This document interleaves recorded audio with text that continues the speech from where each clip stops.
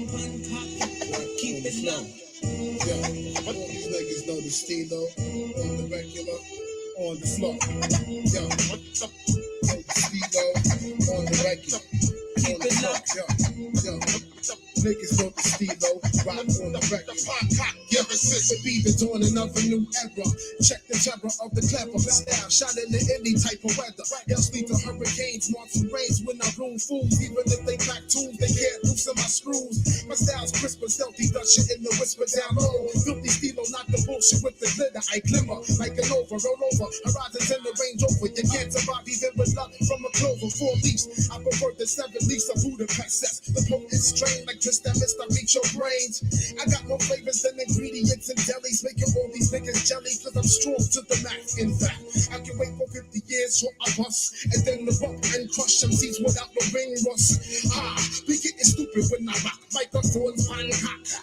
Keep it locked, microphones uncock. Keep it locked from the corner to the crevices, straight from the block. Like a locksmith, we lock it down, lock. Everything cut down and everything stop. From the boy, everything must fill up. I'm in front of the mic and the place run hot. That's right. Don't play me, I like it non-stop. X amount of mix from save me hit top. Excuse me more, baby boy. I'm hitting harder than your left jaw. Can withstand some withdraw. Lax it up, rugged and raw. A microphone theme, super supreme, a fool I pity like my girl Nicky. I let off steam when I'm wrecking shit. I'm a force to be reckoned with. Cause definite dysfunctions. You couldn't connect to my shit with conjunctions. Get eaten like luncheon. Me, capiche? Nah, one can compete. Roll with the elite squad and we roll deep. Rock from Alpha to Omega. Lay your cards on the table. Get verbally disabled. You best pick up the shortest. Your shit is more like Taurus. This ain't today, so don't try to play Morris. I bust backs, but live with that break bones like bats. Crack my knuckles, get touched by the untouchable. I be one of the baddest. Put up your blues, cause I'm a hazard. No one wanna be the miracle like I'm a Jesus of Nazareth. To save you from disasters, repercussions. We be busting, don't pound much too much, and them niggas still don't give a fuck. So I down. Rappers are in danger. You don't want to feel the rapper rage, it's too much anger. I rearrange a whole train of thinking. What was you thinking? My loose lips got the ship sinking. You're dead and stinking. You're dead and done. Mythical murder, bro. Remain number one. That's how it is, son. Microphone on top. Keep it locked from the corner to the crevices, straight from the block. Like a locksmith, we lock it down, lock. Everything cut down and everything stop. From the boy, everything must be locked. I'm in front of the mic and the place run hot. Don't play we all like it non-stop. X amount of mix from split me head top. The microphone pun cock, locked in key, smack dab in the middle of my pocket, baby. You don't wanna knock with me, cause I'm not to be fucked with. You can't touch this. The French I speak will spread you out like mustard. I'm luscious, the Duchess, extra large like deluxes. Robustus. You don't wanna get clutch within my clutches. It'll be a rainy night in Augustus. Georgia on your mind, nah. Slaughtering these rhymes at any given moment, at any given time. If anyone think that I'm lying, show your stuff where you want it. Had the gut. I think I done had about enough. I think you done ran straight out of luck while your chicken head soaking that chicken head cluck. You're stuck. About to get plucked. So what? I'll take you at up 20,000 degrees or at 20,000 leagues under the sea. You try to be the big fish, I play you like Bumblebee. Tuna. You couldn't roll the spot better than this if you were the Unabomber. I got that shit better than your mama. The drama raging in my nine. Take Annie or any. Come on, see on over my way, baby. I got goods and I got plenty. If any step, they'll get flipped like pennies. Heads, tails, hold it in the air. Get blinded by the diamond pump glare. You're stuck in the stare. I double dead. All these hot shots think they too hot to try. You ain't got the mots. Your shit stinks like fox. Turn it up a notch. Who's hot? You not. Do stop. You just got dropped by the one who's got it locked. Microphone punch hot. Hello, everybody. It's B with the B Code, and welcome back to my channel. Tonight, I decided to do a breakdown of the debate with the Saint and Sinner and Princella, the Queen Maker. Hold on, let me turn my camera on. So, first I went on Princella's channel because she was doing like her own commentary as far as what happened on the show with the Saint and the Sinner. So I was listening to that first, and I was, kind of listening to her explanation of, what took place over there. I hadn't watched the video yet, and I just wanted to really hear what she had to say first. So I I ended up today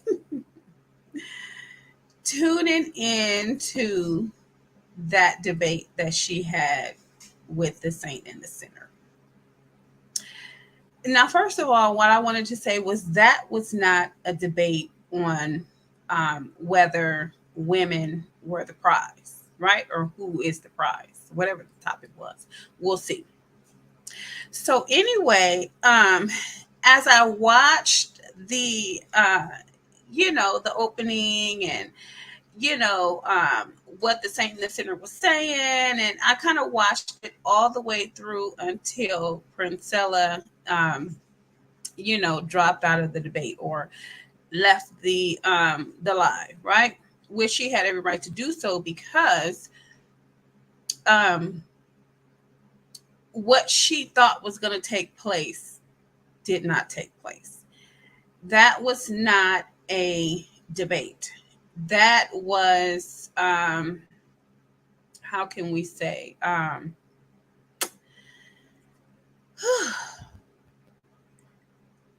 that turned into like a witch burning. Like he tried to burn her at the stake, right? um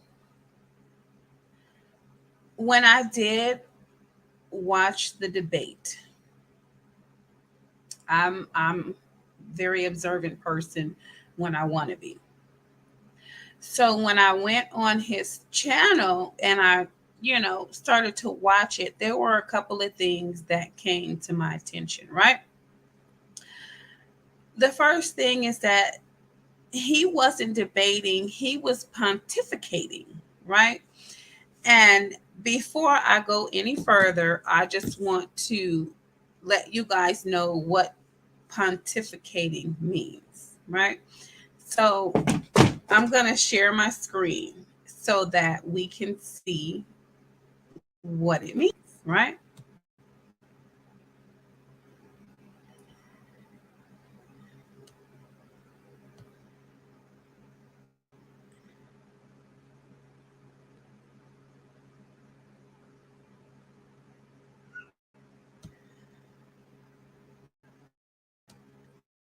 Okay.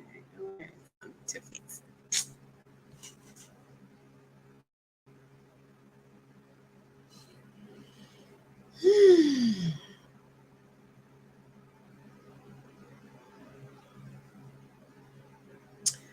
All right.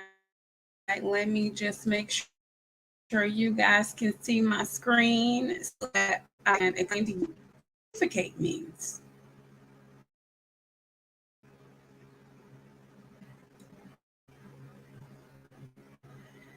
So,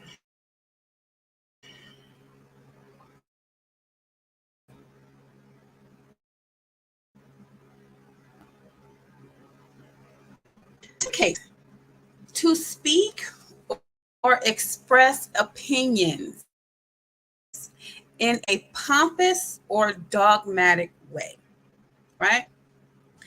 This is what he was doing. This was not a debate. He was dealing with her in a very dogmatic way.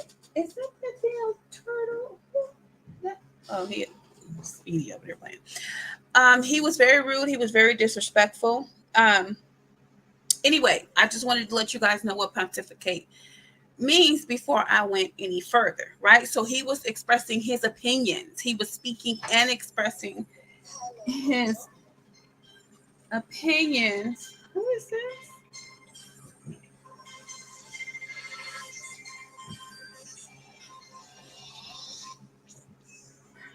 Y'all have to leave a message because so anyway, he was um speaking and expressing his opinions in a pompous or dogmatic way. Let me back it up. I'm gonna back it up. I'm gonna stop sharing my screen. I'm gonna back it up. Um let me come back on here. So what Princella didn't understand was that this was a game of chess and not checkers, right? Jesus Christ. Hello? Yes,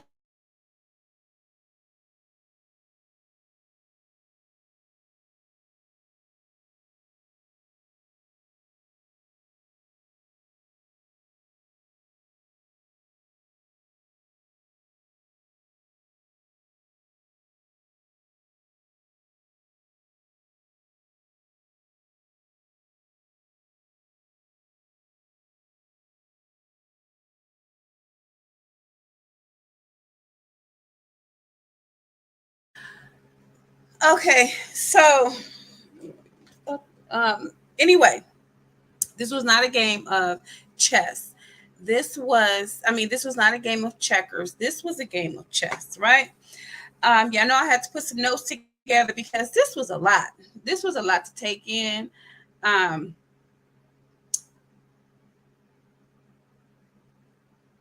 when I started to watch the debate, I was just like, oh no, like what is going on? But anyway, let's do this. Let me pull it up on my phone so that we can listen to it and I can tell you what was happening while it was happening and what was going on.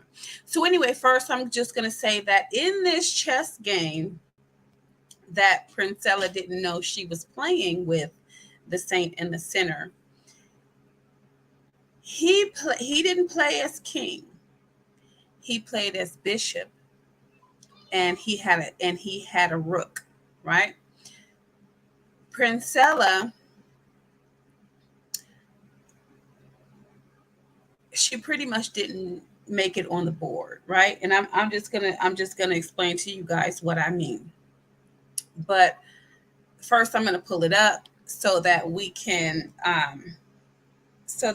hear what was going on. Let me pull up the video. This was crazy. Yeah, this was crazy. So I'm not gonna play it on screen, but I'm just gonna pull it up so that we can at the same time as I am playing it so that we can what's going on. She was totally and utterly blindsided by by this by this debate that she thought they were going to have. The saint and the sinner never intended on debating with her, and I'm going to tell you why. Because he is not a science major. He is not a biology major. He spoke on here that he was a teacher and that he taught 11 year olds, right? And I'm guessing from the information that I'm going to provide to you, I'm guessing that he taught English, right?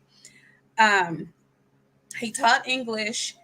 He was very evasive. He used her information against her. Now, what I did want to say is, I don't think Princella knew anything about this guy um, before she went on this live. And you guys, I always say, do your research on people before you go on their channels. Make sure that you understand who you're dealing with. Make sure you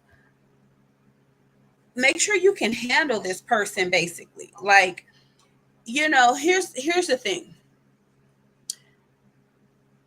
You can't take on everybody. right?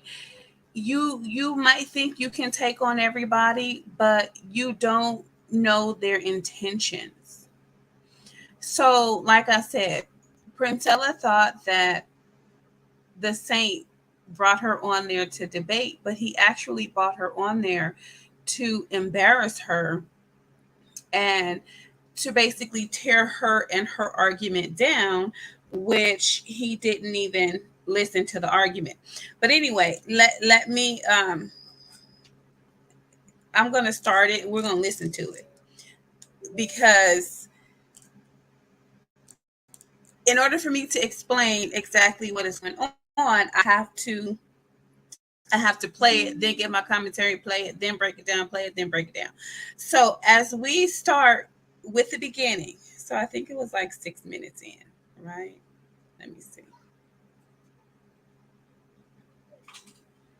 I'm trying to get past his video, which was cheesy, but here we go.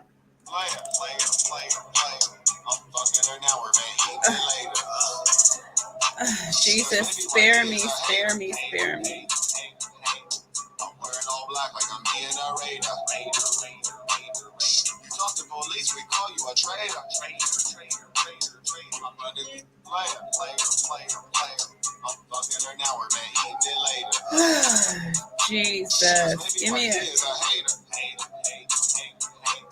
I'm wearing all black like I'm being okay. This we're not gonna get the metaverse. That's number one. And number two, it doesn't have to be a debate if we agree.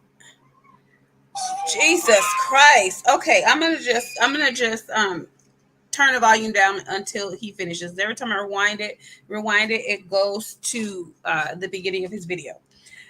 So anyway, while I'm waiting for that, I just want to, like I said, this was a game of chess and not checkers. And Princella came to play a game of checkers. And actually it was a game of chess. The Saint played bishop. He had a rook in his corner and he towered the whole way through the game until Princella ultimately left, right? There are some other things I'm going to go into explaining because if you don't know much about your opponent, there are other ways to find out about them. And what I'm going to do is you see that pyramid right behind his head. We're going to go into that upside down pyramid and I'm going to tell you what it means. And I'm going to tell the women that listen to him what that pyramid means. We're going to look at several examples of that upside down pyramid and I'm going to explain to you exactly what it means, right? As you can see by my thumbnail, he associates himself with pimps, right? I'm freeze, I'm gonna need a pass. Uh, gorgeous, I'm gonna need a pass. Sugar free, I'm gonna need a pass. I need a pass from y'all. He associates himself with pimps. And the number one pimp that he has emulated himself after is Freeze Is It. You dig? Soon as I heard you dig, I was like, oh my God. Princella is in a pimp's lair. And I don't know if she realizes it or not. But once you realize that you are in a pimp's lair, you have to carry yourself 100% different. And I'm going to tell you why. The video is ready, but I'm going to tell you why. Because a pimp don't give a shit what you say as a woman. They don't care what your opinions are. They don't care what you want. They don't care what you think. They don't care anything about you except for you getting out there and getting that money for them and bringing it back. So at this point in time, when Princella is on this live, supposed to be a debate with him, she's thinking that since he is intelligent, I think I heard he has a master's degree or something. She was thinking that she was coming on here to have an intelligent conversation with a square, right? She also didn't realize that the saint and the sinner are two different people, but he has learned to join them together and work cohesively with both aspects of good and bad. You see, he's working with the saint and the sinner simultaneously. So he's not being good and then being bad and then being good and then being bad. What he is doing is he is being good and bad all in the same stroke of his tongue, right? And I'll explain that to you. But here we go. Let's take a listen. Let's start off listening. It's important to listen, especially when you realize that you are in a pimp's lair. You have to listen, but you have to also recognize where you are first. It's the big homie, the one and only, Fax Kellerman, Stephen A. Pimp, your favorite YouTuber's favorite YouTuber, Attila the Hun, the warrior king of this YouTube thing, the idol of James Bond, Marquette Devon Burton, the saint and the sinner. And today we gonna give this young lady a lesson. Oh, she's a brave one. Bring out the black suit. It's about to be a body. And you know what knocks me about you? What's that? That you was crazy enough to know what you was getting into and still set yourself up for it. Why you do that? Actually, no. No, she didn't know what she was getting herself into. This is gonna take a minute. This is gonna take a minute, but we're not gonna have to. I'm not gonna have to do the whole thing in order to get my point across. But she did not know where she was coming today. And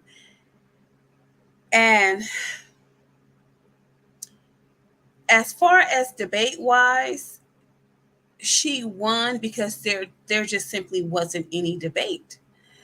But when it came down to slinging insults and controlling the scene, he won on that because it's his environment, his people, his platform. He runs it the way he wants to run it. He knew he already had a plan when he decided to take this debate with Princella. Now, here's the thing.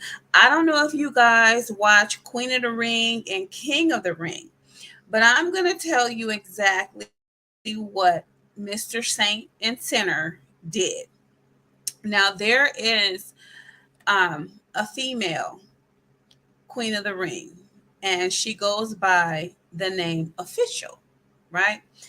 Now, before she came on the scene, I had been watching Queen of the Ring and King of the Ring for about, I want to say, a good year. Now, I didn't watch it when they first started, but I was watching it for at least a good year, and I was hearing everybody. I was hearing Goods, I was hearing um, DNA, I was hearing um, all the females, and I was just really listening to their battles, right? Now, when Official came on the scene, she bodied every single body she battled against. She bodied them hands down. But I'm going to tell you why she was able to body everybody she came in contact with, everybody she did a battle with. Because Official sat and listened to everyone just as I did, right? She got everybody's style. She knew what everybody battled on. She knew everybody's hook, line, and sinker. and she had already developed all of her battle material. So whenever she battled 40 bars, she bodied her. Whenever she battled, I can't say anybody ever bodied Black Diamond. I just don't see it. But she bodied everybody she basically came in contact with. And then this is how I know what I'm talking about. She ran out of steam, right?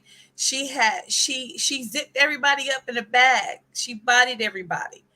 But then as time went on and new people came to Queen of the Ring and King of the Ring, she didn't know how to deal with them. She started losing because she had to stay on the scene. She couldn't step back to study the new people that came on the scene. So she started to lose.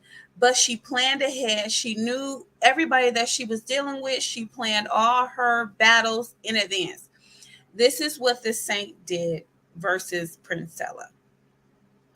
He has been listening to Princella for quite a while. And if he hasn't, I'm going to say at least 3 months, right? He has listened to every single thing she has, not every single thing, but he listened to her and studied her enough to know how to deal with her. So when it came time for the debate, he already knew. Now, I don't have time to study cellular molecular biology, right? He know how to do that. He have time to do that. I don't have time to do that. So he already knew I have to come from a different angle, because if I try to come at her, or if I try to debate her on science, I'm going to lose, because she has her script so down pat. She is well studied and well versed on men are incapable of love, and all the women directions that she comes from. She's well versed on that. So the Saint said, I can't take her in that aspect. I can't take her. So I have to develop a different strategy in order to take her down, but it won't be concerning who's the prize, molecular, cellular biology, or none of that. I'm going to outsmart her. First, he made her feel warm and cuddly when he, first came on, right? Remember, I just said he has been able to cohesively use the saint and the sinner simultaneously when he speaks. So he said, I'm going to have to outsmart her. He used his platform, he used his team, he used his super chats, and he used her past against her in order to defeat her, and which he did defeat her. I have to give him that. I don't come on here I don't take sides. I take the side that I lean more towards, which is the truth, which is sort of factual information, information that sounds right to me, being the professional that I am. So let's listen some more. No, you know what, Senna? Oh, my bad, Saint. Thank you more, the Senna kind. But no, seriously, it's been people that's been reaching out to you for a couple months trying to get us to talk. And this last person who reached out to you, they reached out to you because they saw me on Fresh and Fit. Okay. Now somebody else actually reached out to you back in November. Right. And the reason that they reached out to you is because they felt like you would be a better opponent to me, because I tend to slaughter everybody that I come across. And I did it to Myron, and they felt like Myron was a little bit too. They felt like Myron is a little bit too emotional, and they thinks that you're a better opponent. So I'm hoping that you are. Well, you know what? First off, let's give your introduction. I appreciate you coming on the platform. And Okay. No, wait, just go ahead and listen. Indeed, if you want to hop in the hot water and get boiled, fry her up. I eat small fries too. You dig?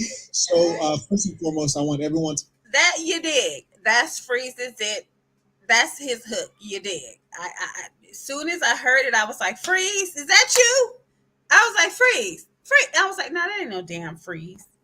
To know that Princella, the Queen Maker, we do have all of her links in the description. So if you like what you're hearing from her, please do support her work and check out her content. And during the conversation, we'll also make sure that we share some of the things that she's done.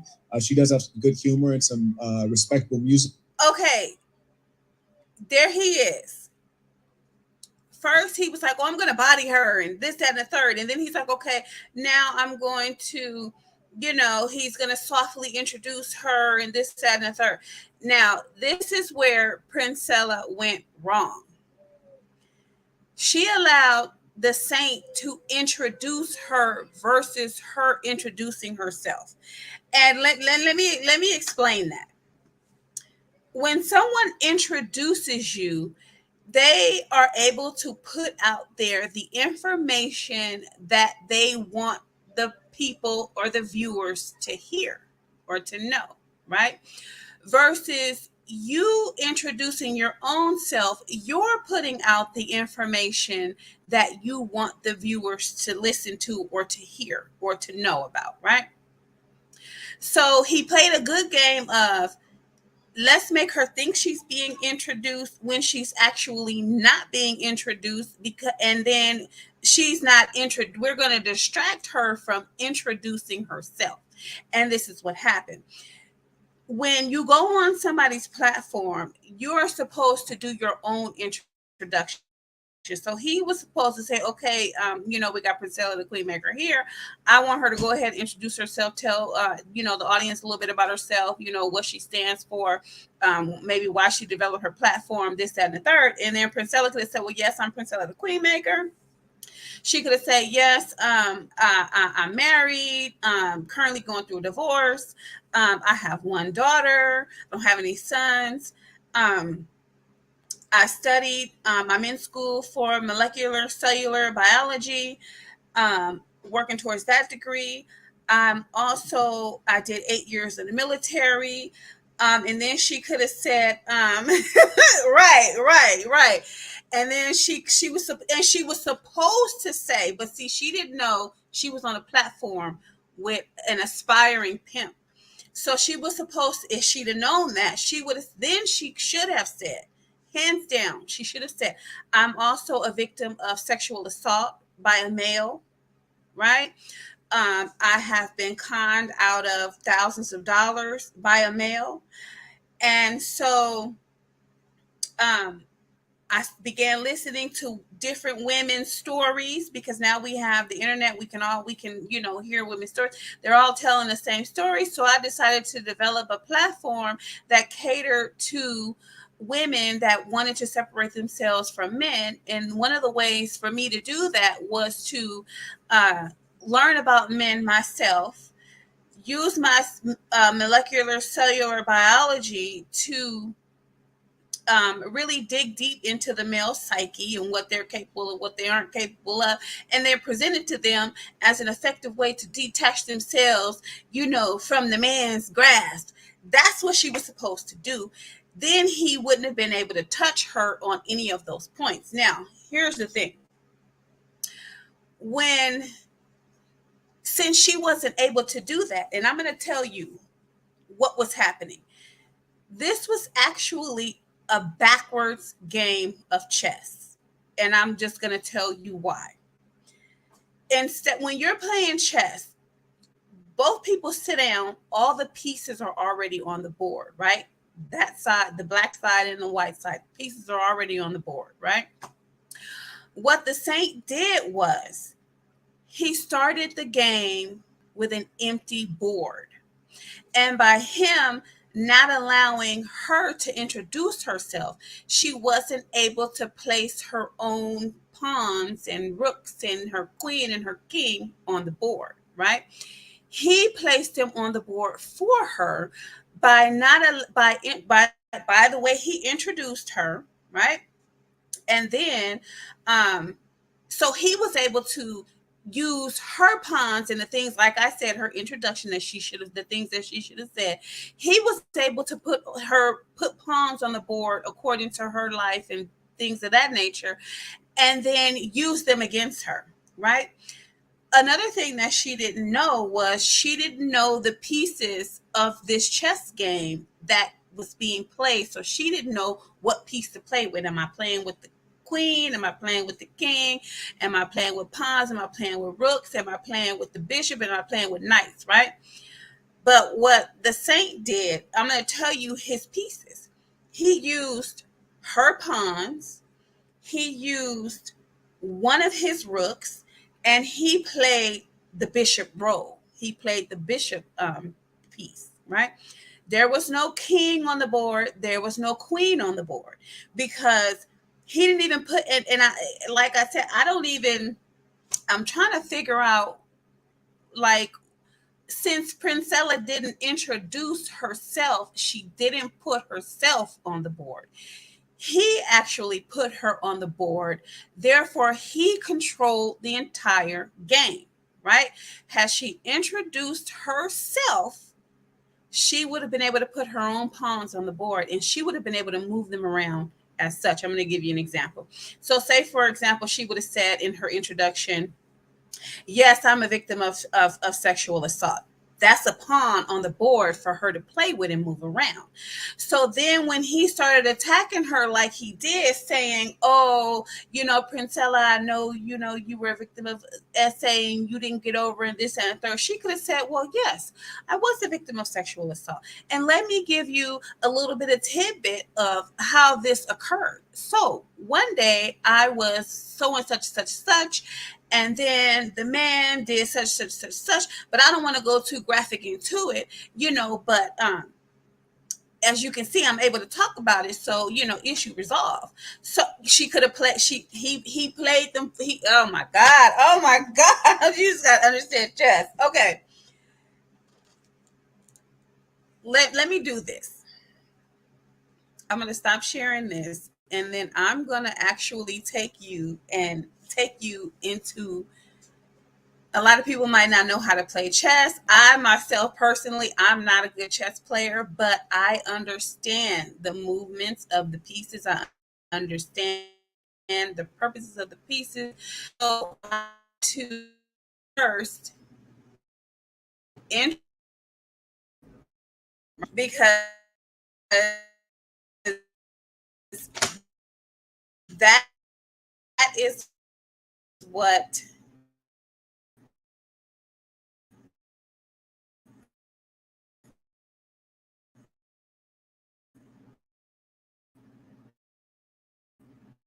like that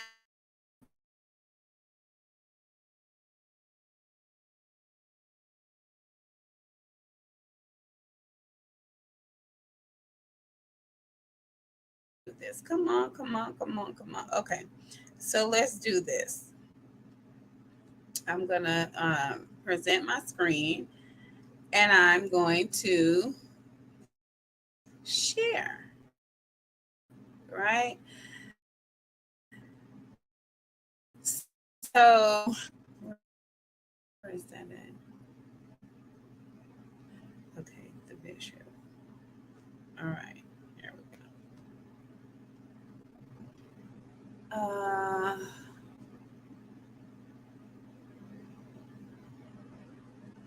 The Liberty.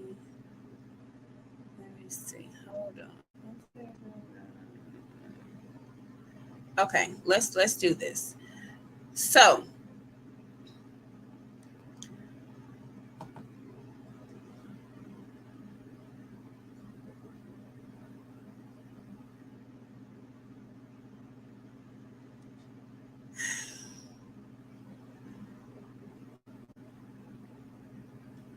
let me make sure you guys can see my screen. And then let me come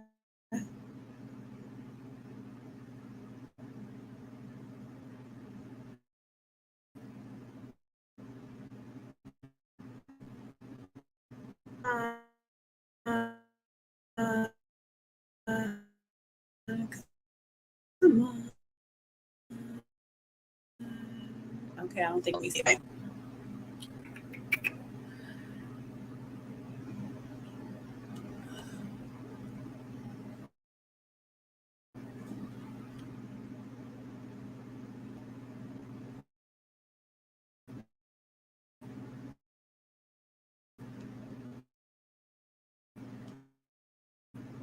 Let me see what it's doing. What it's doing. What so now here is and how to move your.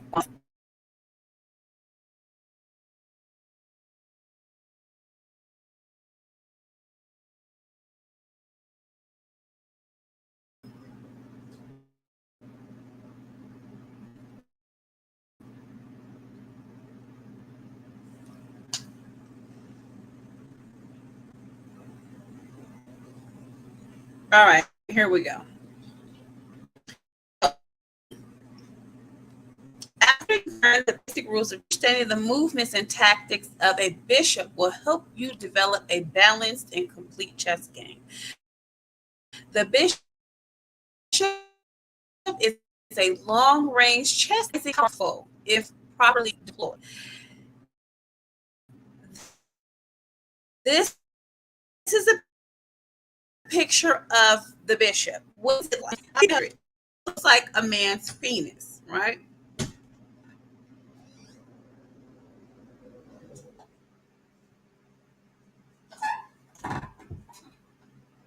Okay, thank you. It look it looks like a man's penis. I'm not trying to be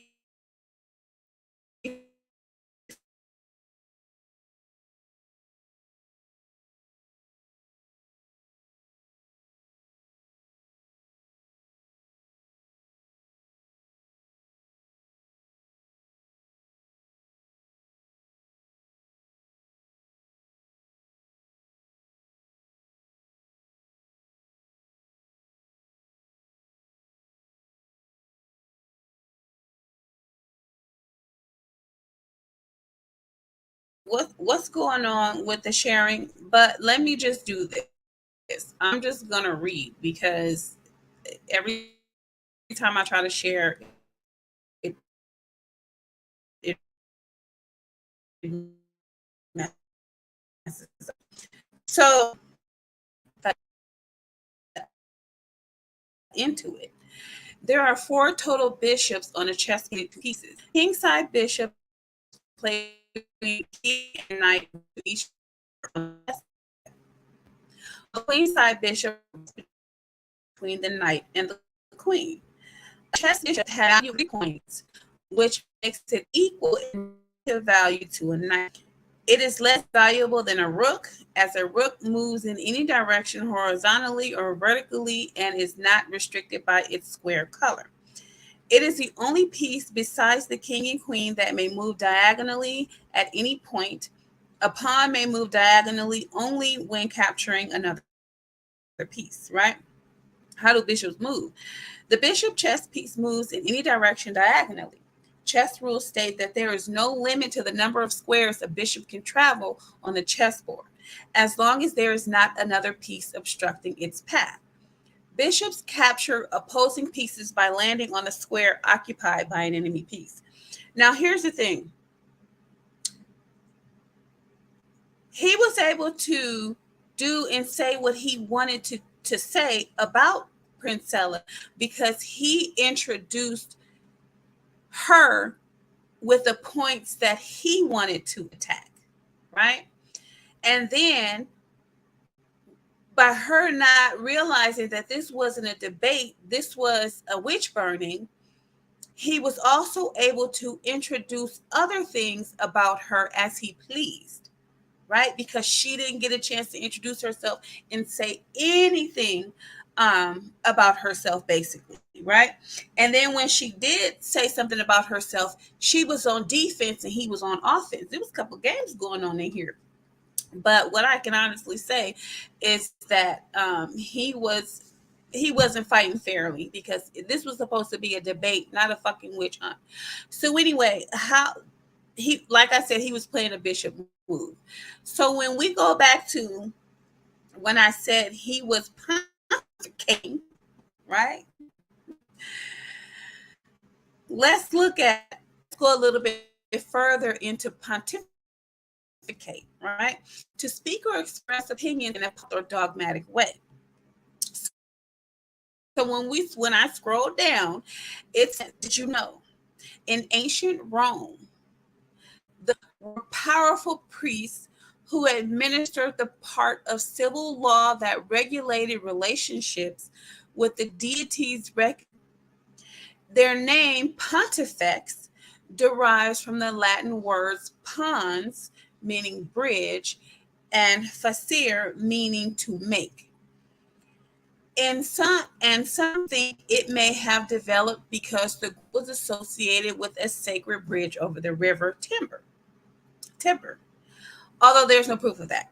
With the rise of Catholicism, the title Pontifex was transferred to the Pope and to the Catholic bishops, right? Pontificate derives from pontifex, and in its earliest English uses, it referred to things associated with such prelates. By the late 1800s, pontificate was also being used de- um, derisively for individuals who spoke as if they had the authority of an ecclesiastic, right? This is why I'm saying he was playing bishop. He was pontificating through the whole freaking debate, right? Now, we're gonna go back to the we're gonna go back and listen to the video. We're gonna go back and listen to the video, because now I'm gonna. Oh yeah, one more thing. Wait a minute. One more thing. One more thing. One more thing. One more thing. Okay, so I wanted to. What? Okay. All right. So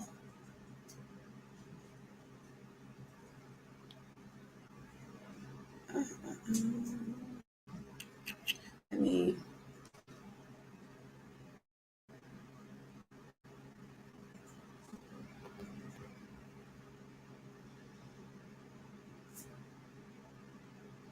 Oh my God, this thing is. Do I need this? Or did I have that already? Ah,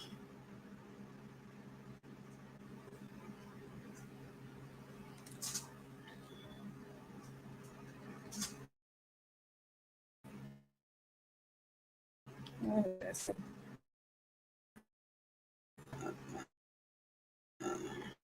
Oh, I do have it. Okay. So I need this. Right. Um, just loading and loading and loading and loading and loading.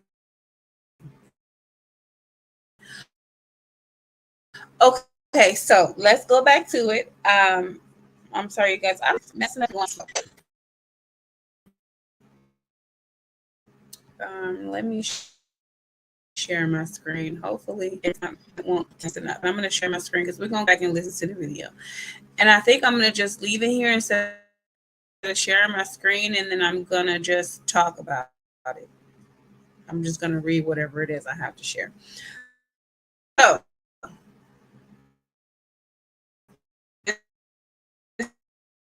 this was this was terrible. Um, this was terrible. So, okay. Now, just gonna wait for that to kind of load.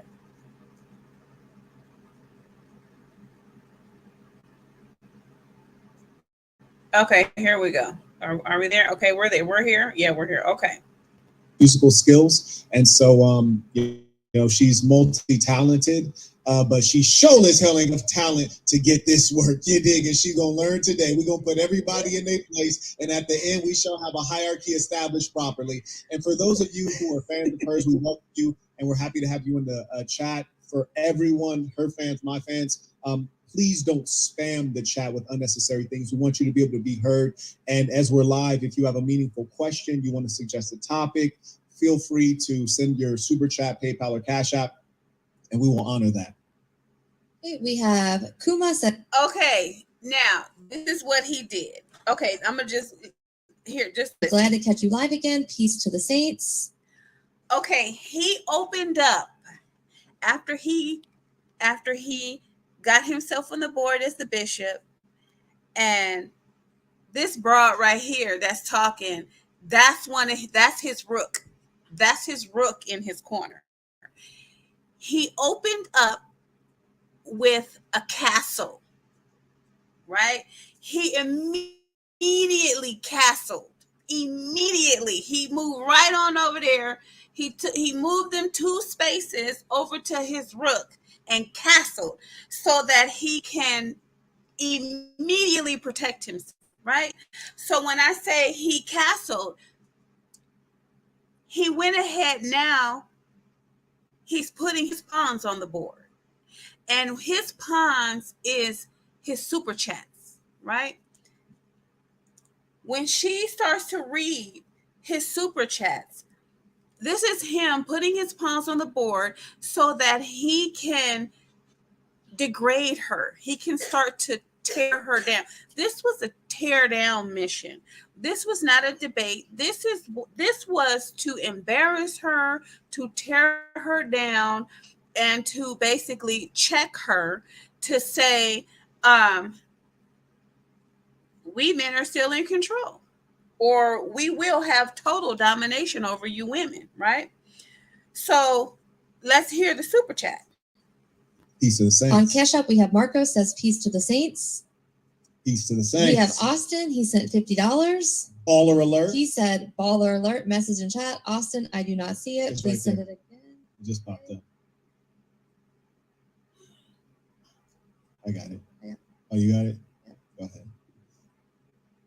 Austin said, the best thing about Quet is that you never take a gamble betting on him. If anything is realer than him, then it's fake. Talk about it. Talk about it. And baby girl know too, but she gonna learn today. I see them hard head that right now, but I expect that from single mothers. You did. Joseph said tuition on Cash App. You see how he's being good and bad all in the same sentence? This is 2 against 1. If we take off the chess game, this is 2 against 1, because he's using good and evil at the same time against her, and she's only coming in as Princella, the queen maker, right?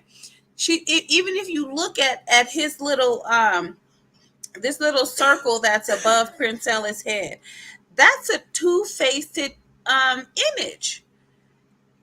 It's a two-faced image, one face in the front, one face in the back. That's letting you know that this is one person with 2 faces, and he knows how to use them simultaneously with his one body. There's not 2 bodies. There's no, he's not separating the saint and the sinner. He's using them together as one. So she was in trouble from the beginning. If you know, that's like a the horseman. He's a man and a horse. He's 2 people. He's 2 things. Shout out to Joseph. For those that are new here, $6 and above to be read aloud, but Booze did send an additional $1 on Cash App just now. It says, greetings to all the high-value single mothers in the chat. Keep it classy. Peace to the saints. In a real way. And one thing I want to establish, because there are a lot of assumptions. I'm one who believes in the natural pairing of male and female. I believe that both men and women are highly valuable, and even more valuable when they come together in union. So let that first. Let me tell you something. He's full of shit. I'm going to tell you why he's full of shit. But we're going to have to get through this. We're going to have to, and I'm not going to play the entire thing, but we're going to have to get through this right here before I can go into that pyramid that's sitting behind his head, because he is so full of shit. Okay? First be said, on this side, we love women, we value women, but these are women who are respectable and respectful. And there are a lot of women who are low class, mentally ill, and those are the ones that we don't regard well, and we will put them in their place as appropriate. Now, remember, he said we're going to put them in their place as appropriate, right? We're going to put them in their place as appropriate. So why would you talk to Princella like this? Because she's not mentally ill. She's not a 304. She's not carrying herself in a negative light. She's just trying to teach women about men and also teach them how to detach themselves from men so that they can heal before they try to enter into another relationship, or so that they can heal if they're done having relationships.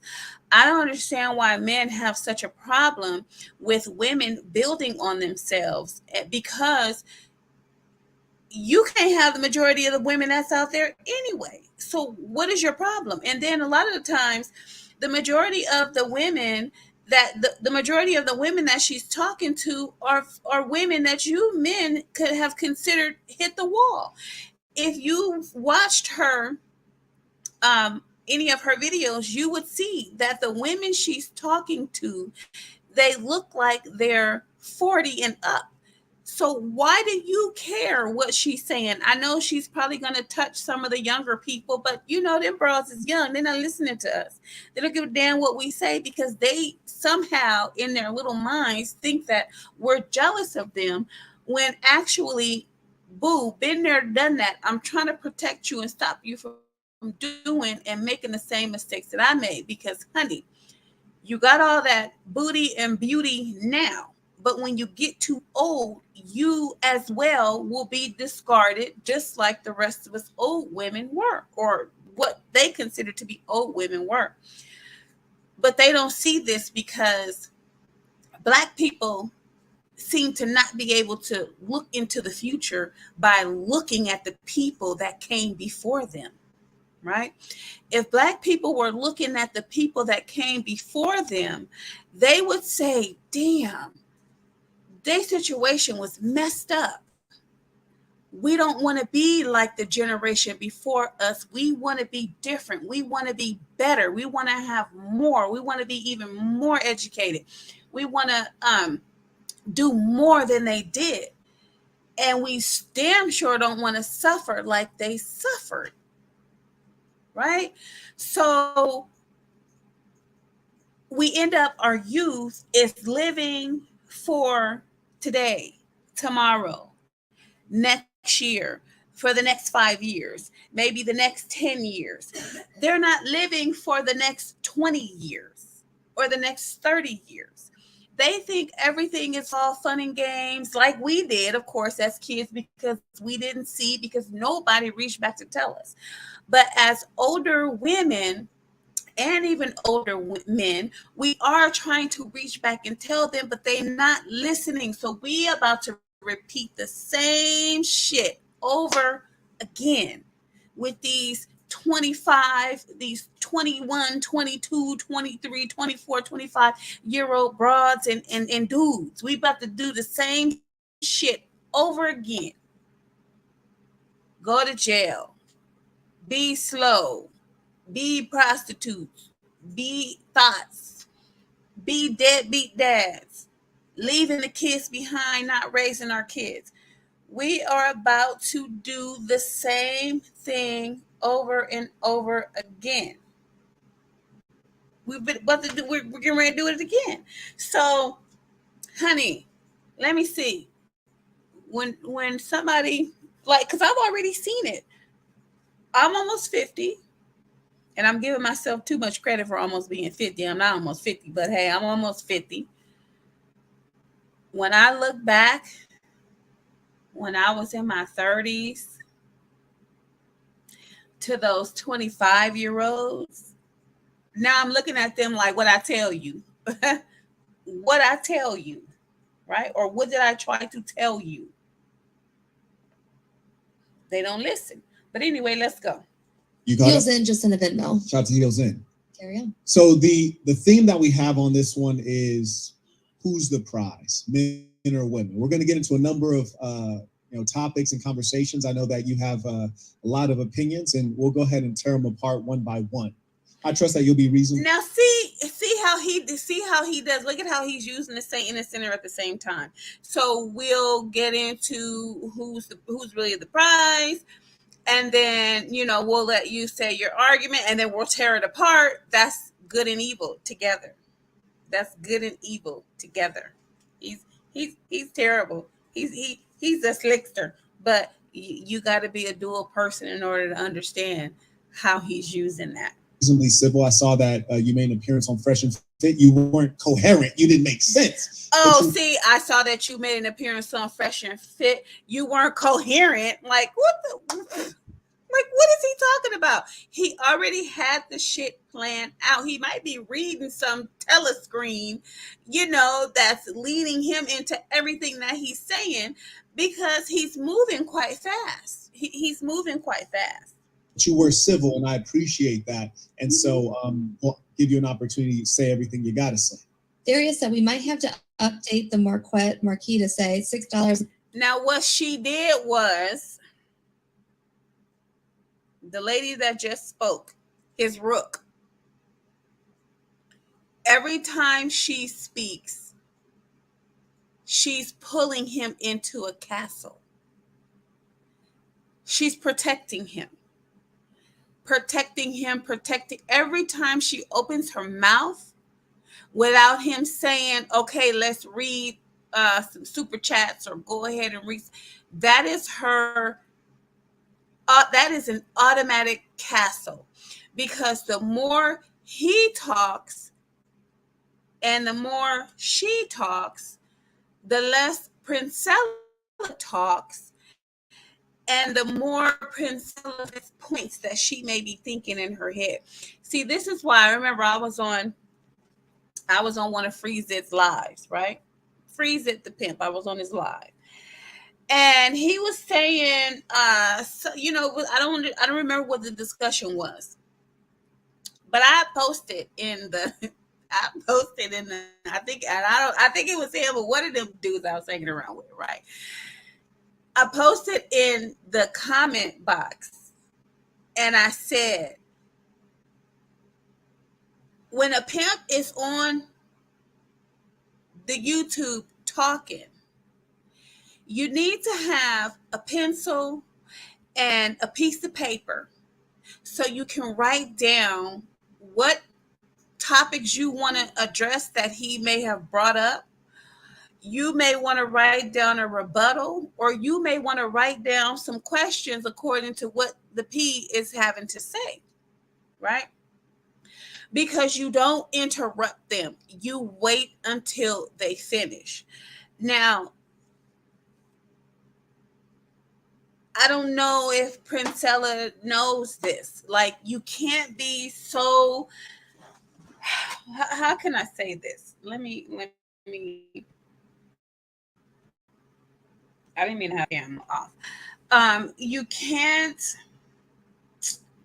how can I say, you can't be so wrapped up in your argument or so scripted in your argument, because you forget to do little things that matter when you're debating somebody. So when he first came on or whatever, she was like, are we going to be debating in reality, or are we going to be in a world of delusion? Right? She thought he was being honest with her, because he's not addressing it. Took, I mean, okay, here's the thing. I know you don't immediately want to go into the topic. Who's the prize? Okay, who's the prize? This and third. You want to do a little frolicking, a little fooling around, a little, fuckery before, you start addressing the main topic. But I don't think she knew this, right? Because if she knew this and she didn't pick up on it, because, and then, like I said, I don't think she doesn't really know anything about the saint and the sinner, because she didn't have any rebuttals to what he was saying. Now, they say, oh, I'm not going to stoop to your level. Oh, yes, the fuck I am. Yes, I am. I'm going to stoop all the way fucking to your level, and I'm going to go lower, right? You can't be so concerned with, oh, I want to carry myself like an adult, and oh, I want to, be poised, and when somebody's coming at you, it's two-handed swords. And for this dude, she needed a sword for every hand. She had no source because she had no information about him in order to deal with him the same way he was dealing with her. That was a big mistake, right? That was a big mistake. See, she was thinking that she was going to come on here and debate him about who is really the prize. He don't give a fuck about that. He's the prize, and you're not going to change what he thinks, regardless of what you say. And then he's not going to actually allow you to come on here and snatch the minds of his audience. He don't want you talking to his bitches. What pimp do you know will let another pimp that's not his hoe talk to his bitches?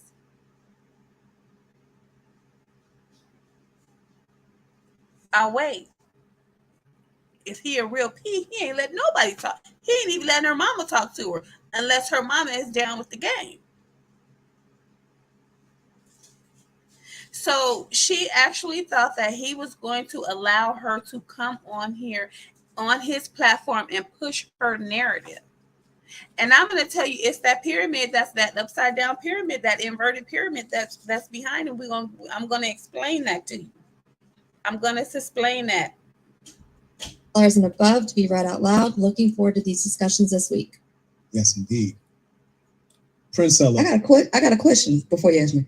Are we gonna be debating or discussing in delusional world, or are we gonna be in the real world? Which one? I need to make sure I know where we at. Well, number one, there's only one world, so we'll be living in reality. Okay. We're not gonna be in the metaverse. That's number one.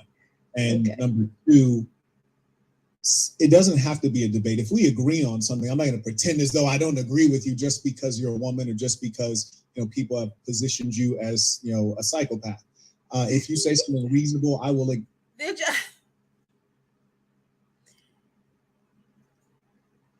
Me personally, I would have left right then and there. I mean, insult after insult after insult after insult. I would have left. He never served love at this table. There was never any love being served by this table from this YouTuber. I recognize that from I recognize that from the damn video he showed or that came on before the show even started. Just me listening to that video, I would have never took the debate with him. I would have said, I'm sorry, dude. You know what I'm saying? I can't do it. I can't do it. Right? I can't do it. This is a man. See, you don't understand what kind of man you're dealing with. You don't understand what kind of man you're dealing with. When you're dealing with a pimp or a wannabe pimp or someone that is being mentored by one or has been mentored by one, you might as well not even waste your time, right? You might as well not even waste your time unless you're going to this man's or a piece platform to show some love. Other than that, stay away, right? If you're not going to be on there for entertainment and be commenting in the chat and this, that, and the third, as a woman, you can't debate with a pimp. Because, and like I said, y'all, Freeze, Sugar, Gorgeous, I need to pass. You can't go on a pimp's platform as a woman and debate a pimp. You don't give a fuck what you're saying. It is what it is, right? Now, they went, I want to say, was it an hour? I think it was a whole 2 hours, and they had never gotten to the point. They had only touched on it. They had only touched on the point a couple of times, and then he was, I kind of agreed with what he was saying, right? But let's go. Acknowledge that it's reasonable, because I think the more valuable thing is for us to build on knowledge together. The more valuable thing is for us to co-create. It just Bullshit. Bullshit. He's buttering her up. See, he's using the saint, and then watch how he turns into the sinner. Watch.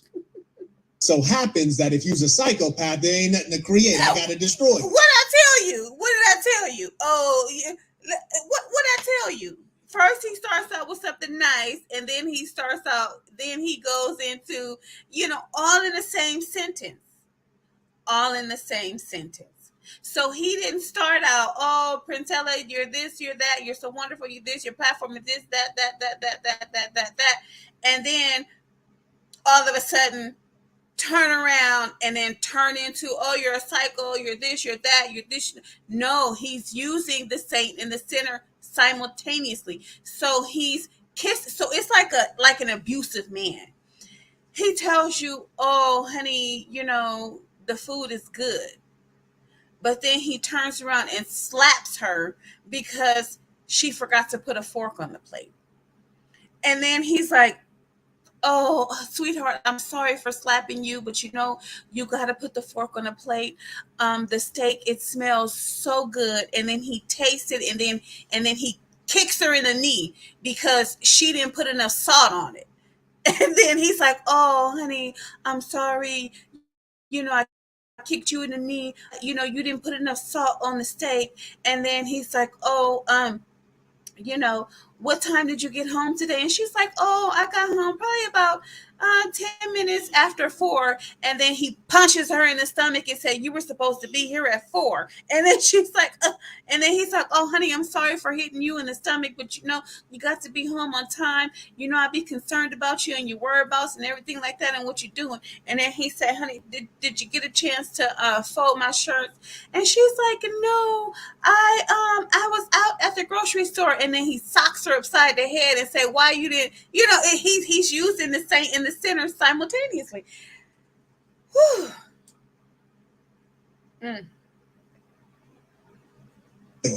Oh, wait, baby. If I'm a psychopath, I understand that because real people are psychopaths in the Matrix. That's why I asked you, were we going to be in reality or are we going to be in the Matrix? Because if we're in the Matrix, yes, I am a psychopath. Yeah. Oh, boy. Okay, on PayPal, we have Joshua said tuition, Mr. Malave.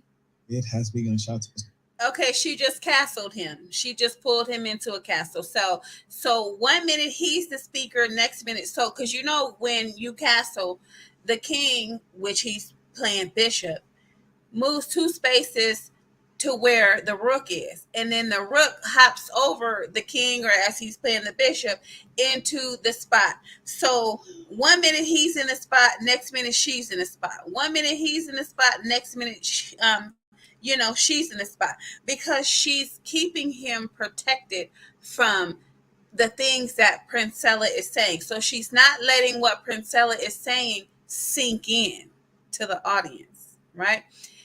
He's not letting what Princella says sink into the audience, and they're using these super chats as pawns to block her,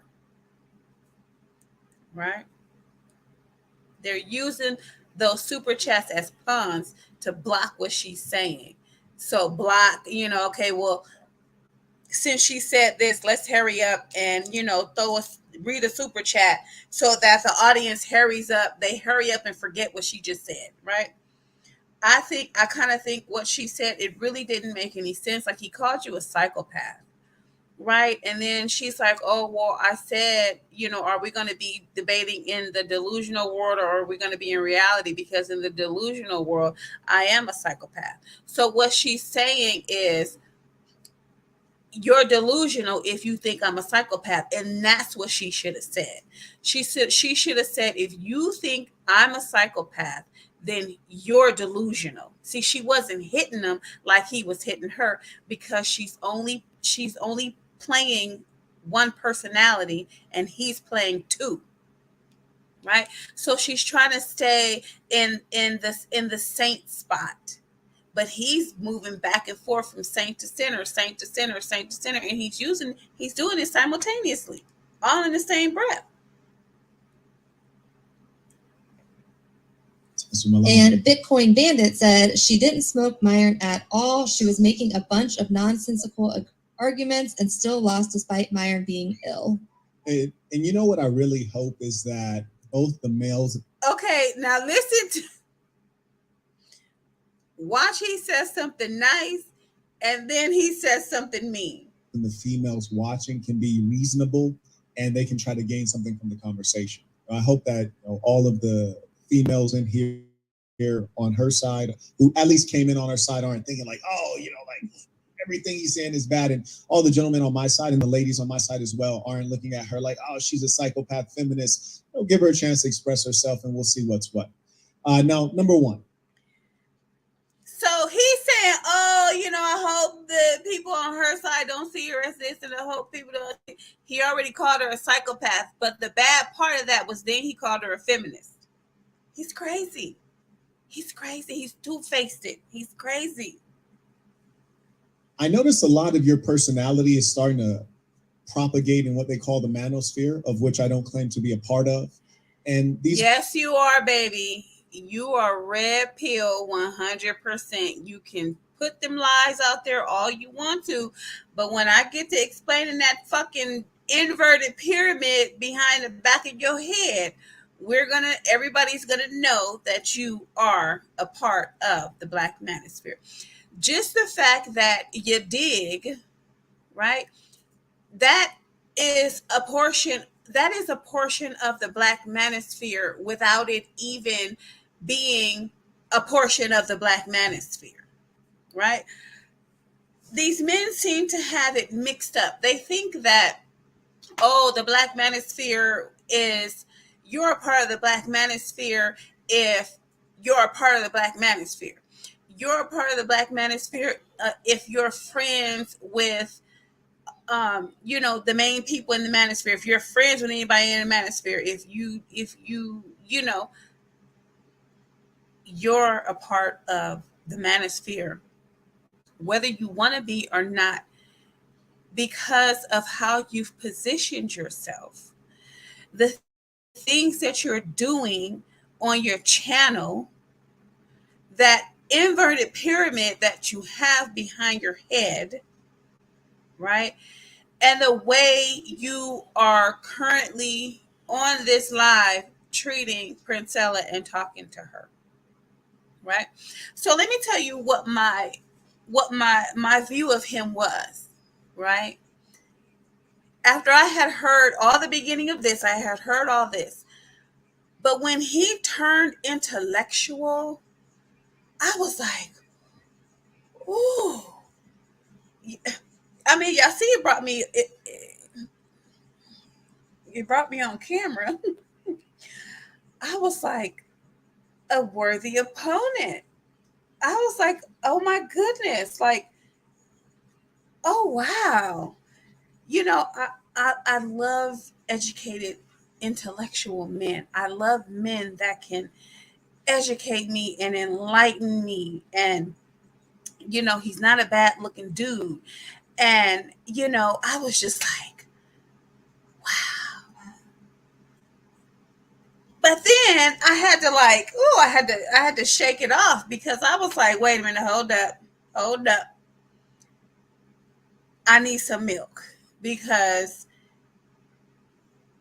if this man isn't two people, I don't know who he is.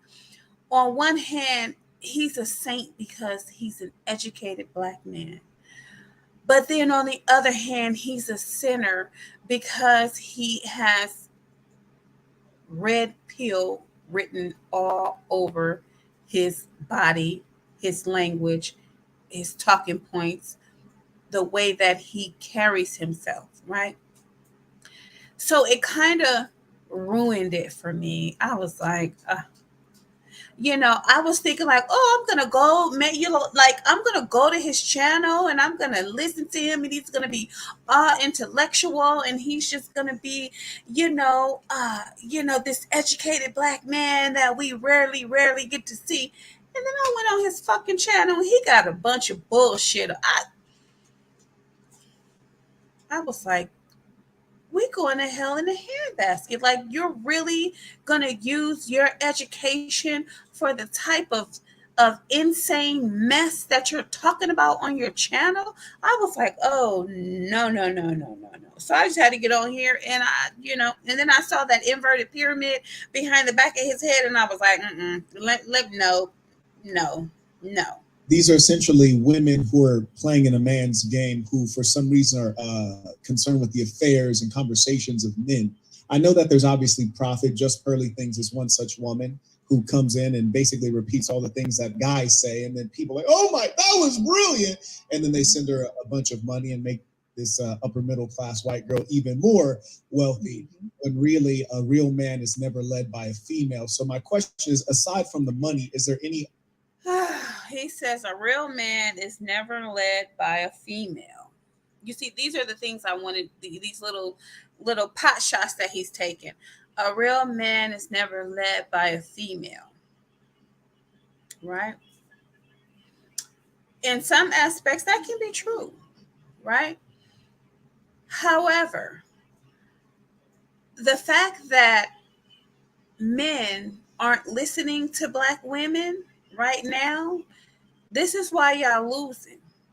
And the reason I say this is because right now, as far as education, employment, and job stability, Black women are winning, right? Black women are winning. And that means we have found the secret, or we have learned how to play the game. We have learned how to play the game like everybody else in society. And Black men are losing because they don't know how to play the game. Right? Now, here's another point with a man is never led by a woman. You come from a woman. We lead you to our breasts, right? We lead you to your playpen. We lead you to the kitchen. We lead you outside. We do a lot of leading of you. But you won't consider it as leading, right? When it comes to carrying the child and putting the child in the car, who's doing it? 9 times out of 10, it's the mother, right? Who's dropping the kid off and picking the kid up from school? 9 times out of 10, it's the mother, right? When the dad is doing it, it pretty much says he ain't got no fucking job, right? Or because usually work is 7 to 3. He might work nights, who knows, whatever. But the majority of the time you see the mother do it. Women are the first leaders of the children.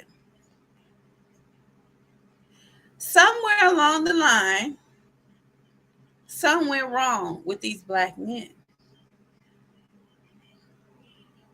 Something went wrong with the Black mothers, but we already know the crack epidemic, heroin. We already know, right? We continue to pretend like we don't know what the fuck is going on. We continue to pretend like, oh, all you got to do is be a baller and chase that bag and get that bag and everything is going to be okay. Yeah, everything is going to be okay for you as an individual, but as a people, things are going to stay miserable, right? I can go out and get my bag, right? You can go out and get your bag. He can go out and get his bag. She can go out and get her bag.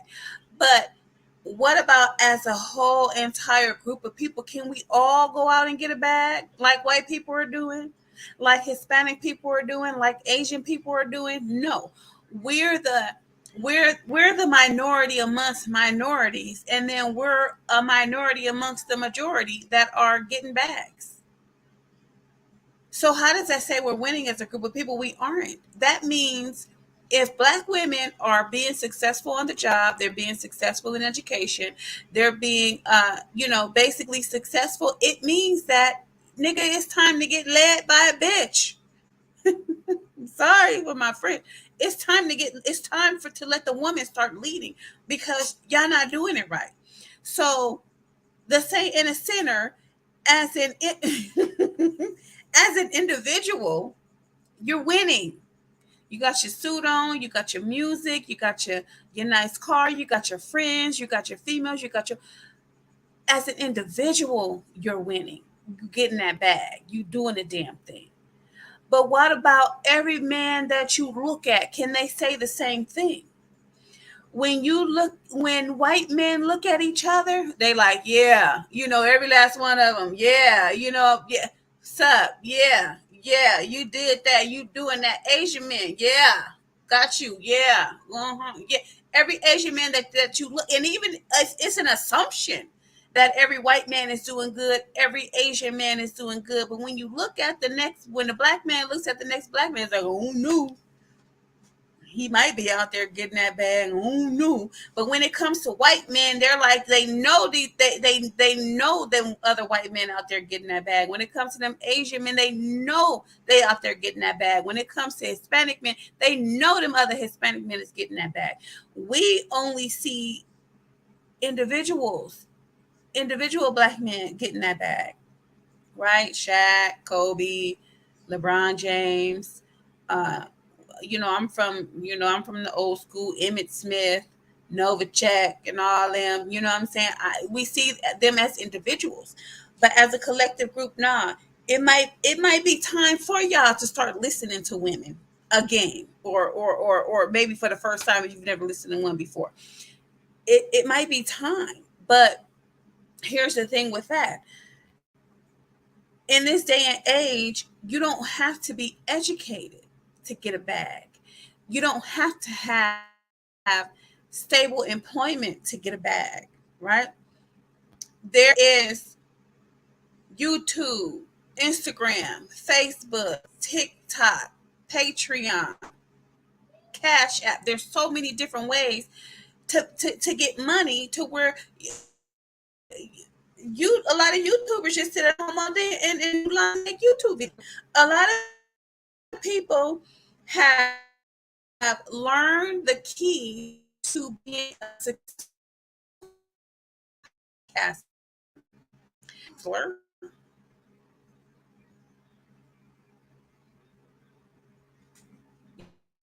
You have learned the key to be stay at home and be a podcaster, right? I know of people maybe and they learned how to be a podcaster. So, with that being said, I don't know. It might be time, for y'all to start listening to females and start really getting your education. But Saint Center, he could say, like I said, I think I heard somewhere he had a master's degree. He got his. He got his. But I don't hear him preaching that in his videos to anybody damn else. Now, he could be doing it on his Patreon. Who knows? But I really, really doubt it. Because when I get to explaining about that pyramid behind the back of his head, we're going to see what the topic of his discussions are, whether he want to cop to it or not. Any other reason that you've entered the spaces of men attempting to establish a perspective? Actually, I don't even go to men's spaces, right? I pretty much stay in my own little lane. However, men tend to come to my lane, or people who are in my lane demand or request that I take on certain people. I don't really care what people are out here doing, especially when I know that they're crazy, right? You didn't ask me my educational background, but my educational Now, see, he wasn't supposed to ask you your educational background, Princella. He wasn't supposed to have to ask anything about you because that was supposed to be your introduction. You failed to introduce yourself. You failed to introduce your own talking points.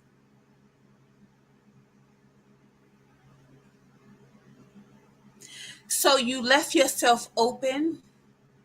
You left yourself unguarded.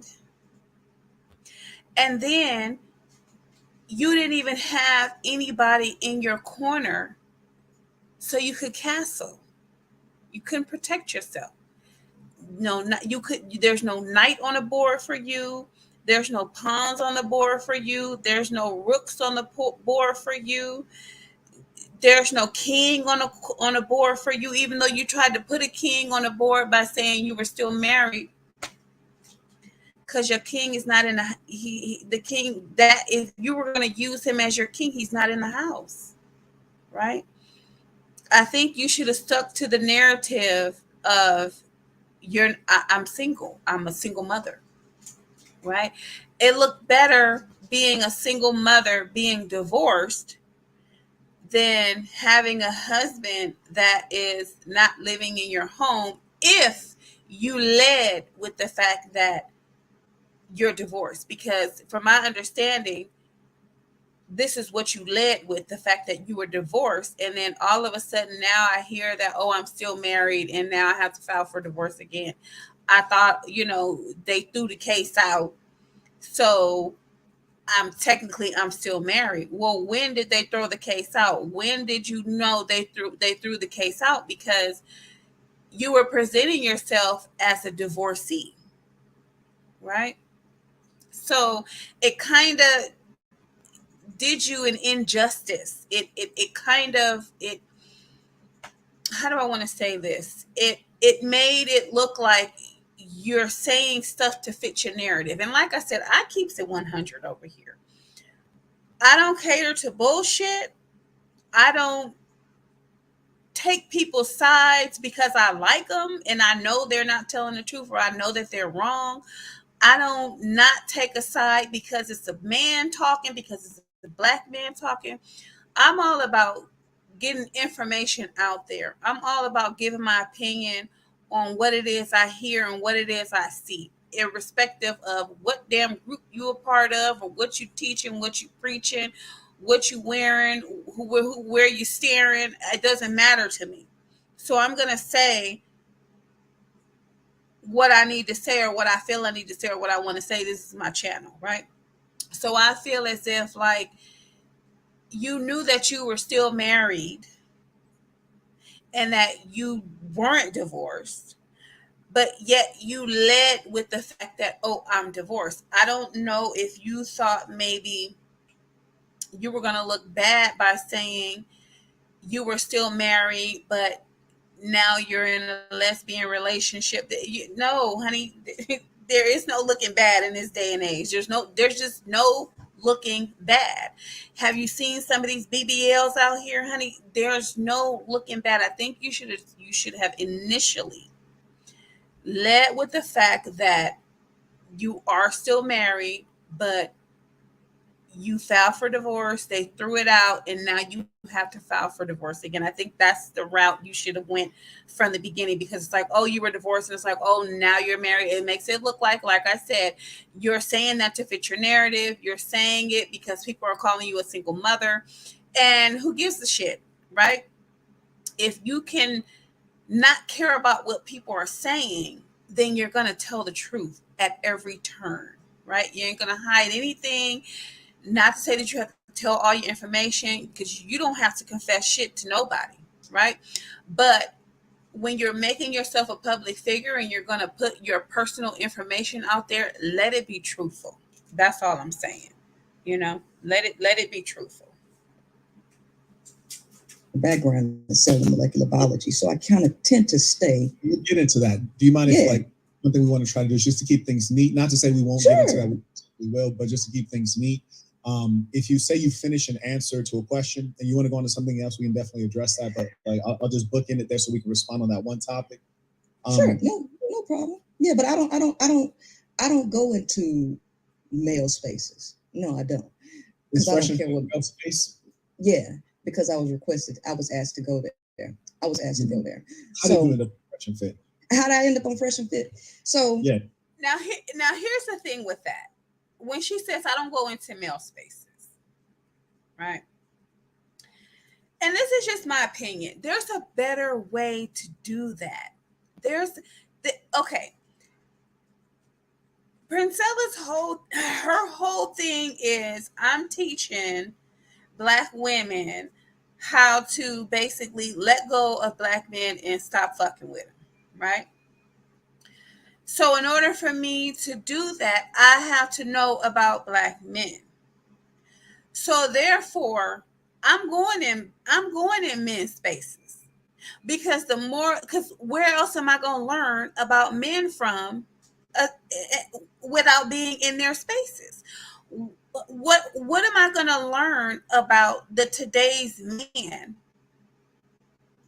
if I don't go into male spaces? So I'm going into her whole thing is like, I don't come into y'all spaces, so don't come into my spaces. But when you do that, you sell yourself short. Just like when I say on my channel, I don't discuss one specific topic because I want to leave myself many exits and many entrances, right? So I talk about some of everything because it doesn't limit me. But when you say, oh, I'm teaching women about men, this, that, and the third, but then you don't go in men's spaces and then don't come over here because I don't, you're limiting yourself. And then when it's time to be confronted about, oh, you're in men's spaces, now you have to defend and deflect saying, oh, well, I was asked to come there. When you have been saying the whole time on your lives how you want to go on Fresh and Fit and hand them their asses. So we gotta stick to the narrative that we're putting out there. We can't change, right? So when he's saying, "Oh, you're in male spaces," she's like, "I don't go into male spaces." No, her interest should be, "Yeah, I go into male spaces because how else am I going to find out about today's man and what he think and what his thoughts are? So I need to be in male spaces. If you invite me, I'm going to come." Right? I'm trying to make myself a bigger platform. I want to reach as many women as I can, Black, white, Hispanic, Asian, right? So therefore, I need to come in y'all spaces because y'all got a lot of women in y'all spaces that I need to hear my message. That's your your angle, right? And then that's a part of your introduction. Let me tell y'all why I'm here. Yes, I'm Princella the Queen Maker. I'm here because I need to scoop up any downtrodden women in here that want to be turned into queens. Right? Shit, you got to come with it. You understand what I'm saying? Don't be ashamed of who you are. And I'm not saying that Princella is ashamed of who she is. Stop letting these men tell you that you aren't an educated woman because you don't have a degree. Now, let me tell you where their angle is as far as your degree, right? When you have earned a bachelor's degree, an associate's degree, a bachelor's degree, a master's degree, a PhD, there are all different areas that you touch on, right? That's useful in your career and in your personal life. So what they're doing is, Myron, I think he has a bachelor's. I don't know if he has a master's. I don't know what he has. Like I said, Saint, I heard he had a master's. I don't know where I heard it from. I think it's from him. There, I have an associate's, I have a bachelor's, and I have a master's. So I'm knowing what they're doing because in the master's program, if you have a master's degree, the master's program, we all basically learn the same processes, but pertaining to the career that we're in, right? So somebody in business that's getting their master's degree in business, right?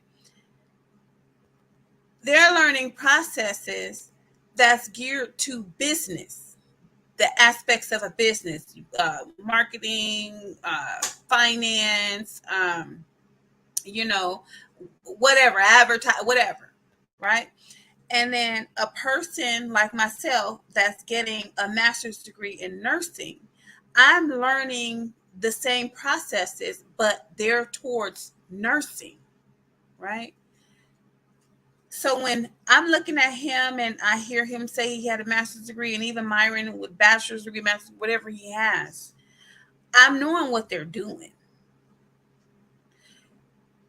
But I feel like I've paid for my degrees, I've earned my degrees. And if you want the same degrees, if you want insight on what it is that we've learned in these bachelor's and master's degrees, you got to go get it. I just can't give up free game like that, right? Because then you'll be able to, matter of fact, you can, but I'm just shut up real quick. Anyway, I know what they're doing. They're trying to discount your education, right? Whether it was a certificate, whether it was self-study, whether it was, from a book you read, whether it was from online, you have education. You just don't know how to put them with the processes, the things that you've learned. You don't know how to put them with the different processes that we learn, right? So I think what's happening with Princella at this point is that they're making her feel unsure of herself, right? Um, they're making her feel as if what she's talking about doesn't matter because they're good at it. Because they're good at it. And then when you go on their platform, if you're feeling unsure of yourself, if you haven't had enough rest, if you've had too many cheeseburgers or too many peanut butter and jelly sandwiches, you've eaten too heavy, your mind is slow. It's going to be working slow. It's going to be sluggish, right? They're making her feel as if she can't win by tearing her down. But this is a tear down session. So she's not on point right here. Because, like I said, number one, she did not put her own chess pieces on the table. Yeah, you repeat my process is slow there, baby. You ain't gonna make it. No, seriously. No, baby. When they break you ask to repeat things that I know you heard the first time, so you ain't processing on the level to get, with this A1 game. I'm gonna give you a chance. Look, so let's cut to the chase. So I've been doing YouTube for about a year, okay? And I'm totally in my own lane.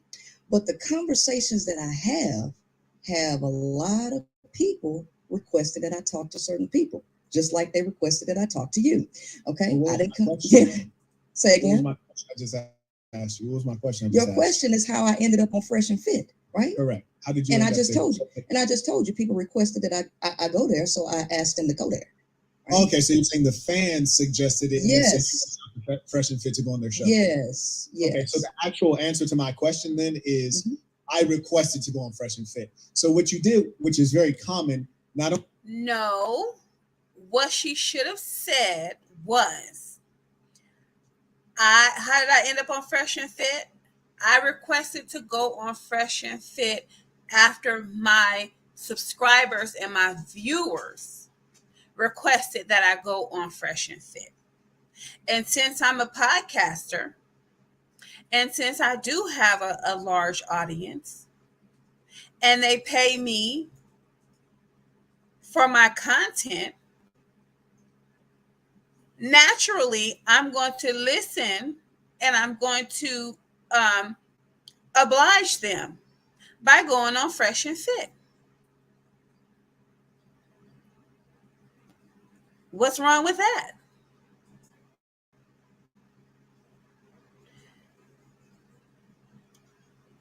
He's being accusatory.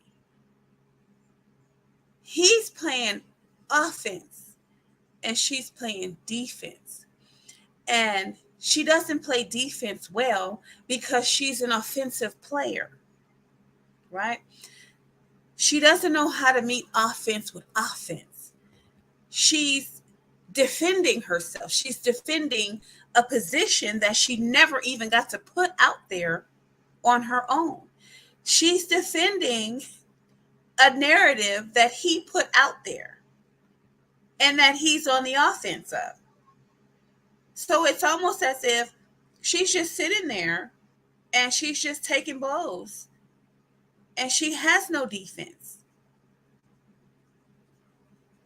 He's asking, he know why the fuck she went on Fresh and Fit. He knows that. But I don't know why. I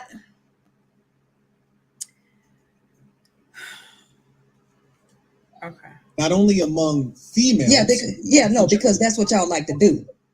Y'all like to Yes. take bits and pieces of the trip. Y'all like to take bits and pieces so you can flip it out of context. I'm not gonna let you do that to me.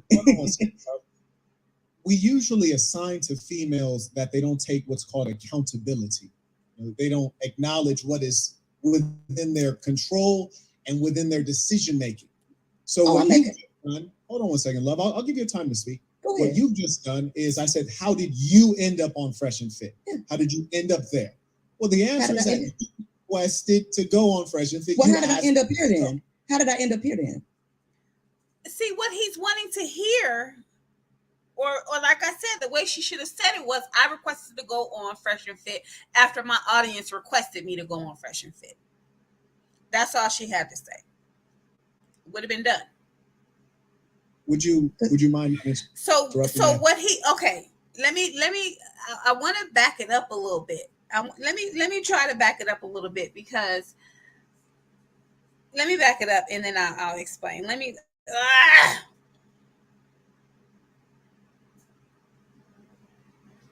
God damn it, I don't even know where I was. Okay, let's see. You know, you with this A1 game. I'm gonna give you a chance.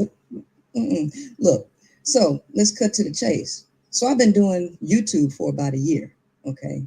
And I'm totally in my own lane. Okay, see, that's what I want to get. I want to have a lot of people requested that I talk to certain people. Okay, let's try it right here. Real people are psychopaths in the Matrix. That's why I asked you, were we going to be in reality or we going to be in the Matrix? Because if we in the Matrix, yes, I am a psychopath. Yeah. Oh boy. Okay, on PayPal we have Joshua said tuition, Mr. Malave. It has begun. Shout to Mr. Malave. And Bitcoin Bandit said she didn't smoke Myron at all. She was making a bunch of nonsensical arguments and still lost despite Myron being ill. And you know what I really hope is that both the males and the females watching can be reasonable and they can try to gain something from the conversation. I hope that all of the females in here on her side who at least came in on her side aren't thinking like, oh, like everything he's saying is bad. And all the gentlemen on my side and the ladies on my side as well aren't looking at her like, oh, she's a psychopath feminist. I'll give her a chance to express herself and we'll see what's what. Now, number one, I noticed a lot of your personality is starting to propagate in what they call the manosphere, of which I don't claim to be a part of. And these are essentially women who are playing in a man's game who for some reason are concerned with the affairs and conversations of men. I know that there's obviously Prophet, Just Pearly Things is one such woman who comes in and basically repeats all the things that guys say. And then people are like, oh my, that was brilliant. And then they send her a bunch of money and make this upper middle class white girl even more wealthy, when really a real man is never led by a female. So my question is, aside from the money, is there any other reason that you've entered the spaces of men attempting to establish a perspective? Actually, okay, so he accused her, right? So this is his tactic. He was accusatory through the whole thing. So he accused her. Is there any reason why you need to go into male spaces? And so now she's on defense, right? He just attacked her. And I don't see what like I said, what is so wrong with going on male spaces to get information on males? You have to. You can't continue to just dive into a book that was written umpteenth years ago. You have to see what the men are talking about today. You have to be in their mindset of what's going on today, or else you're just going to be stuck in the past, reciting books that's from, 100 years ago. What are the men thinking right now? And like I keep saying, when I get to that fucking upside inverted pyramid behind his head, I'm going to let you know what they're thinking. Actually, I don't even go to men's spaces, right? I pretty much stay in my own little lane. However, men tend to come to my lane, or people who are in my lane demand or request that I take on certain people. I don't really care what people are out here doing, especially when I know that they're crazy, right? You didn't ask me my educational background, but my educational background is cellular molecular biology, so I kind of tend to stay. We'll get into that. Do you mind if, Yeah. like, one thing we want to try to do is just to keep things neat? Not to say we won't get into Sure. that, we will, but just to keep things neat. If you say you finish an answer to a question and you want to go on to something else, we can definitely address that. But like, I'll just book in it there so we can respond on that one topic. Sure, no problem. Yeah, but I don't go into male spaces. No, I don't, because I Fresh don't and care what. male space. Yeah, because I was. He said it's fresh. It's fresh and fit a male space. Now, now he sounded like a lawyer right there. It's fresh and fit a male space. Like he's trying to say she's contradicting herself, which she did contradict herself. See, you have to listen. You have to be slow to respond, right? So when he said is you know you tend to go into male spaces to whatever, she should have said, well, there's a few male spaces I have gone into, and the reason being is because a couple of them, or one of them, I was requested to go, and then I requested to go. And then on the other hand, I need to be in these male spaces because this is how I'm going to learn the mindset of today's males and what they're actually saying to these women so that I can learn how to better disconnect them from you guys. You see what I'm saying? Has she introduced herself and her reason for doing what she does?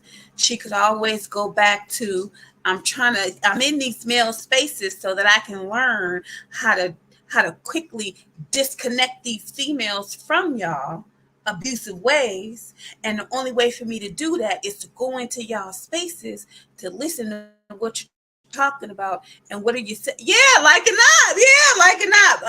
Go into y'all spaces so I can, know how to counteract what y'all saying so I can quickly get these women, disconnected from it. This should be her constant thing. Her constant thing. She's well versed on it, right? She's well versed on men are incapable of love. She's well versed on their predators, their nature, their testosterone. So every answer that she gave him should have been directed towards her narrative. Fuck molecular cellular biology. He don't give a shit about that. We don't give a shit about that. We give a shit about that, but that is not what you need to be leading with in a debate against this man right here who's fucking two people. He's using two personalities to handle you. So your one personality with your narrative of teaching women how to love themselves is so strong and so powerful. But the fact that you're unprepared and you don't know who you're dealing with, he was able to throw you off your game. He was able to play your hand for you the way he wanted it played.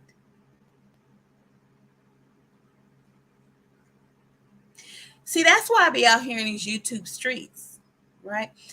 That's why you have to, you can't be, you can have your narrative.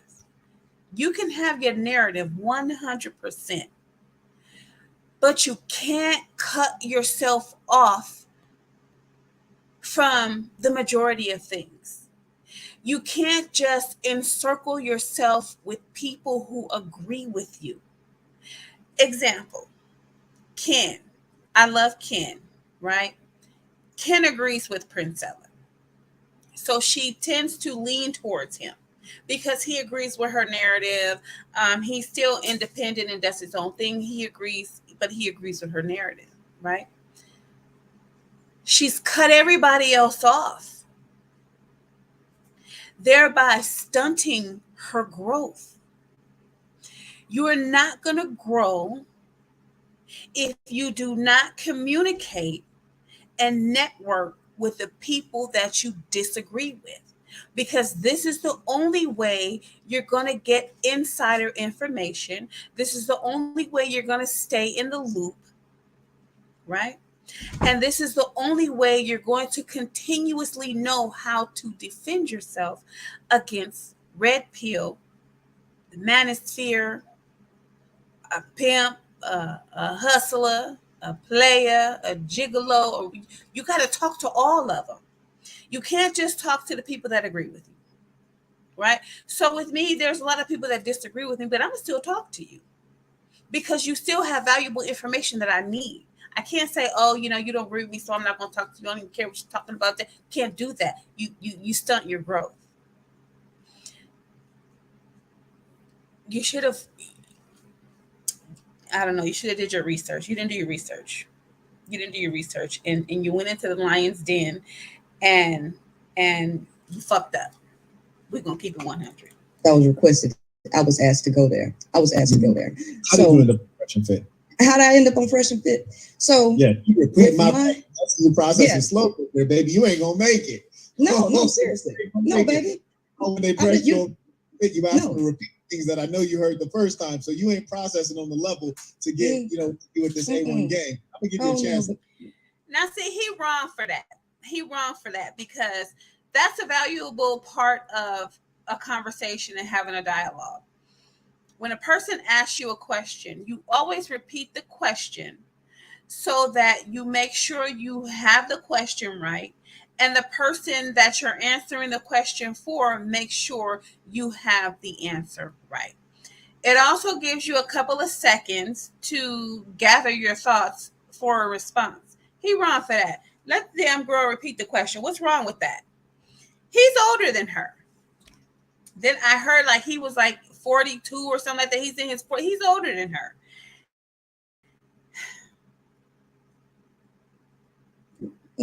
Look, so let's cut to the chase. So I've been doing YouTube for about a year, okay? And I'm totally in my own lane. But the conversations that I have a lot of people requested that I talk to certain people, just like they requested that I talk to you, okay? Well, I didn't come. Yeah. Say again. What was my question I just asked you? What was my question? Your question is how I ended up on Fresh and Fit, right? Correct. How did you? And I just told you. And I just told you people requested that I go there, so I asked them to go there. Right? Oh, okay, so you're saying the fans suggested it? Yes. Fresh and Fit to go on their show. Yes. Okay, so the actual answer to my question then is I requested to go on Fresh and Fit. So what you did, which is very common, not only among females. Because that's what y'all like to do. Y'all like to take bits and pieces of the trip. Y'all like to take bits and pieces so you can flip it out of context. I'm not going to let you do that to me. We usually assign to females that they don't take what's called accountability. They don't acknowledge what is within their control. Let me say this really quick. Now, I know what he's doing. I've listened to Princella. I've listened to the men come on her show that she's had debates with. And what she usually does is when they are taking too long to answer the question, she speeds them up. And she says, come on, get to the point. This is what he's doing back to her. It's my story. I'm sticking to it. He's doing her like she has done the males that have come into her space. She's clowned them. She's made fools out of them. And so this is what he brought her on the show to do. He brought her on the show to treat her like she treated the men that came on her show. So he's like the black man's champion in this fight. Right? And since she's out here by herself because she can't do super chats, her people can't send her super chats. They aren't taking super chats that are less than $6. So even if her audience did want to put $2 and say something, it wouldn't get read, right? if they wanted to put $5, if they wanted to put the least amount of money, their super chat wouldn't have gotten read. So she is at a total disadvantage. And the advantage that she would have had by introducing herself and putting all her pawns out there to use to protect herself with, she didn't take the opportunity because she thought they was coming to play checkers, and he came to play chess.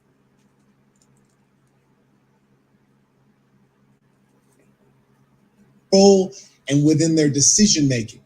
So Oh, what I'm you've making. done, hold on one second, love. I'll give you time to speak. Go What ahead. you've just done is I said, how did you end up on Fresh and Fit? Yeah. How did you end up there?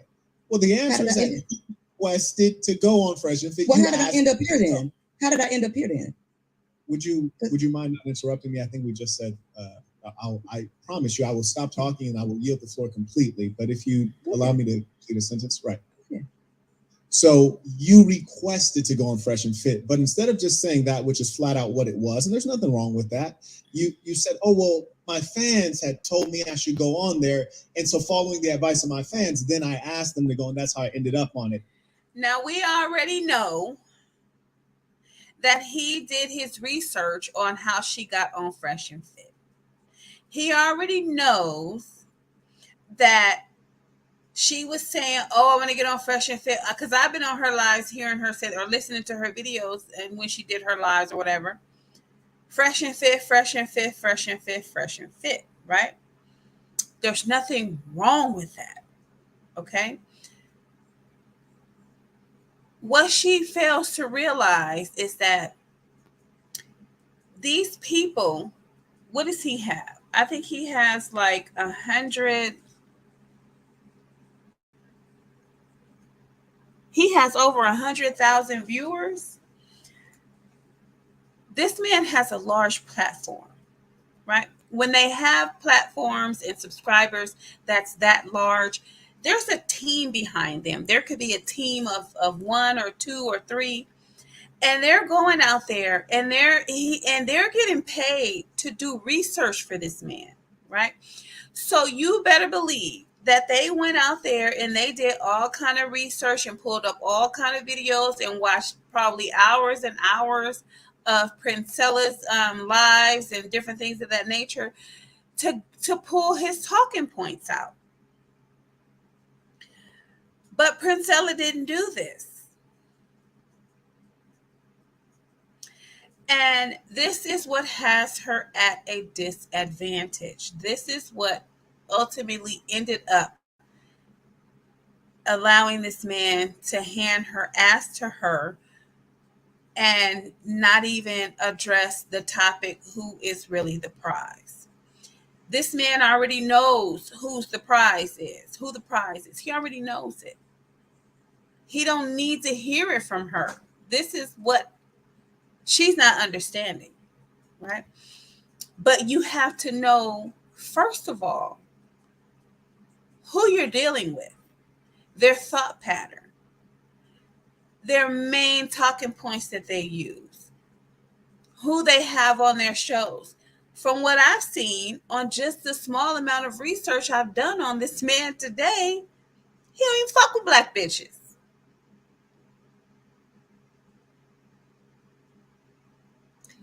Freeze barely fucks with black bitches. So if he's up Freeze's ass, what type of bitches you think he dealing with? Because Freeze, they deal with women of non-color. So what do you think the type of females he's going to deal with? Females of non-color, right? Just by me watching I didn't even watch that many. All I did was hover over them, and then I can see who was on. I can't say I looked through all of them and I didn't see no I didn't see no black women. But the ones that I did look at, I didn't see any women of color.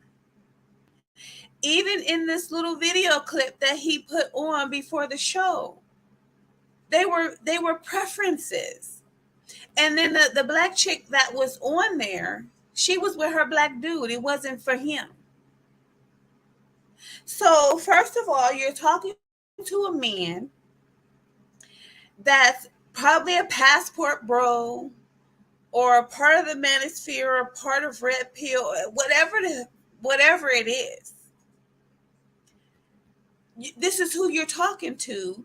So you know he don't give a shit. He don't even fuck with you. So he don't care what it is, what you're saying.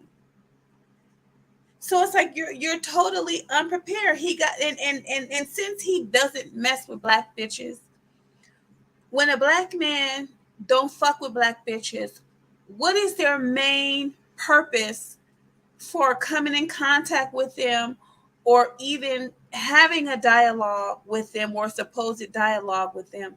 What is their main purpose? I'm going to tell you. It's to embarrass you. It is to prove their point in their narrative and to validate why they don't fuck with you in the first place.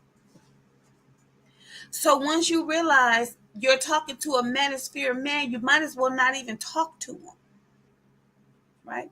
When you realize you're talking to a pimp that don't fuck with black bitches, why would you go and try to be a part of his camp? He don't fuck with you, right? Because if he fucks with you, the bitches that he do have is gonna look at him like he's a liar. So he has to stick to his narrative of the type of women he fucks with.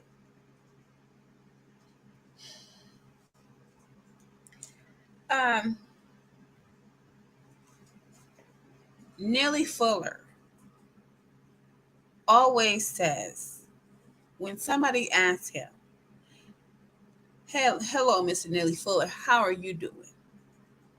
He always says, I'm still learning, right? Which means we can never get to the point where we think we know everything or we know so much that we stop learning.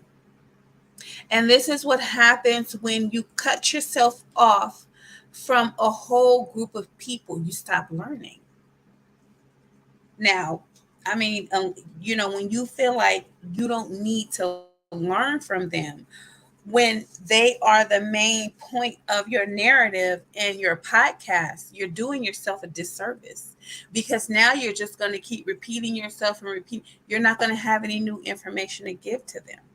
Now, of course, you can go watch their podcasts and you can watch their lives and you can watch their videos, but there's nothing like this right here, a one-on-one conversation so that they can expose themselves. He's exposing himself right here.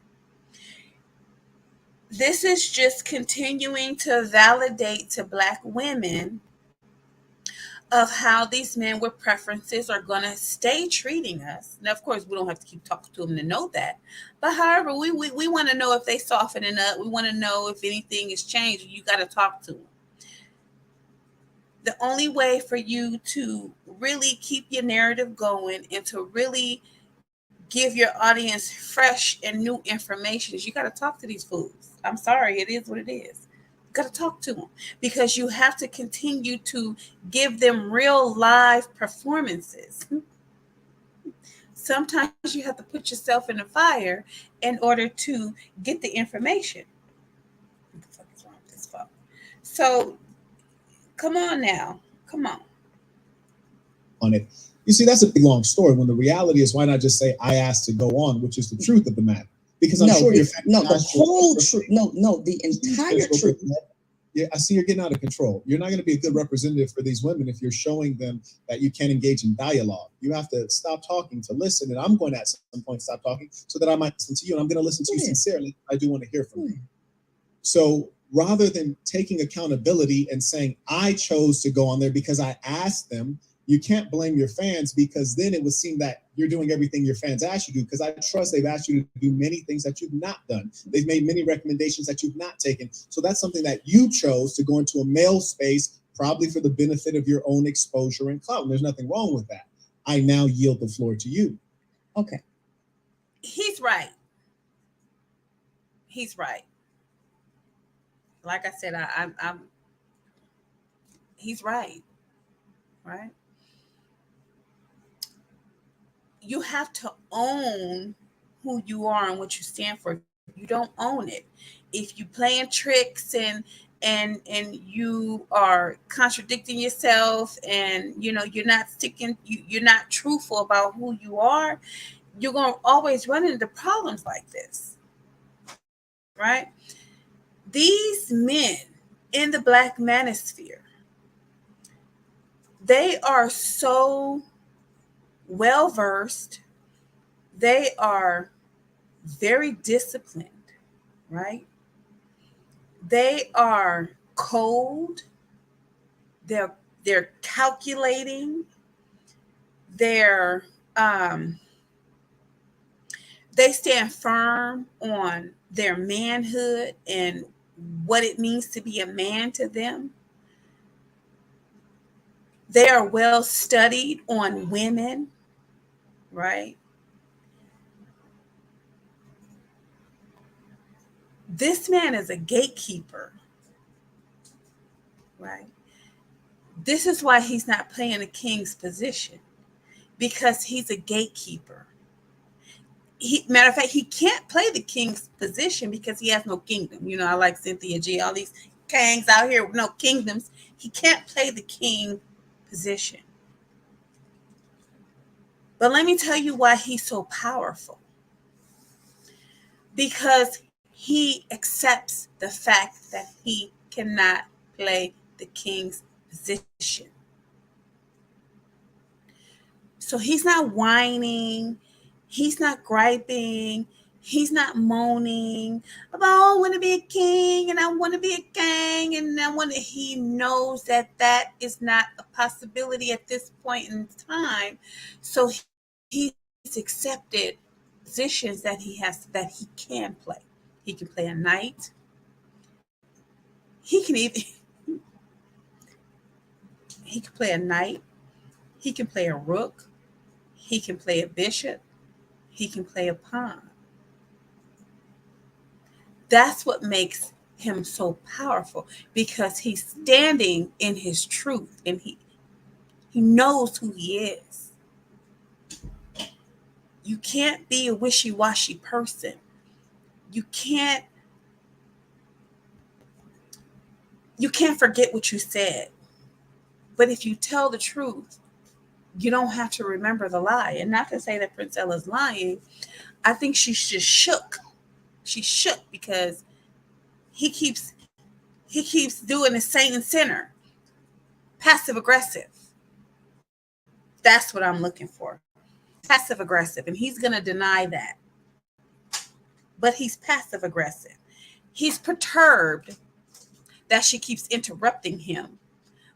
But yet he's so disciplined, as a man should be, that he's able to put her in her place in the nicest way.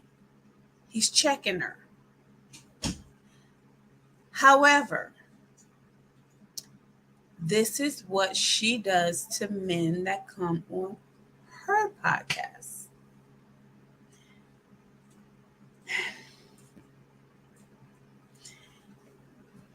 There was no happenstance that she got to get on his show. Like me, I would never. I won't be able to get on the show. I'd have to get like 100,000 more subscribers. I would have to go viral with some bullshit. I would have to just really be having a huge female following for them to want me to come on their show so they can try to take me down, right? It's not going to happen.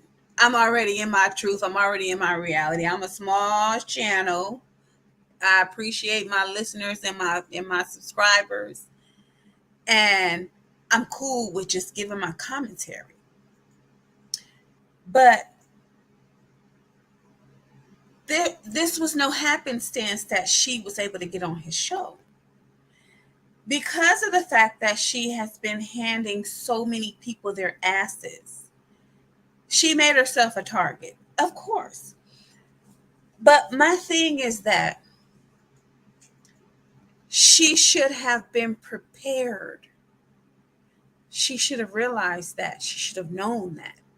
Whenever you put yourself out there and you become, big and you become influential in the lives of people that these black men depend on, that they need, that they want to be there available for them to run to when these preferences get done with them, they're going to come and try to take you down. They're going to see, if you're the queen maker, right? They know what a queen is. Anybody that knows what a queen is on the chessboard and off the chessboard, you would be very, very leery and afraid for a lot of black women to become queens, right? Because this is who we're protecting on the chessboard, right? If black women aren't queens, if they don't carry themselves as queens, then these black men can keep pushing the narrative and can keep having excuses for ending them. Oh, see this bitch. Oh, look at this hoe. Look at this slut. Look at her. She got an attitude. The angry black woman. Look at her. She ain't worth a damn. She need to be this and that and the third. But if women become queens, this means that they've learned self-discipline. They aren't male-centered. They know how to speak. They know how to behave themselves amongst other women, right? They know how to run their household, hence their castle.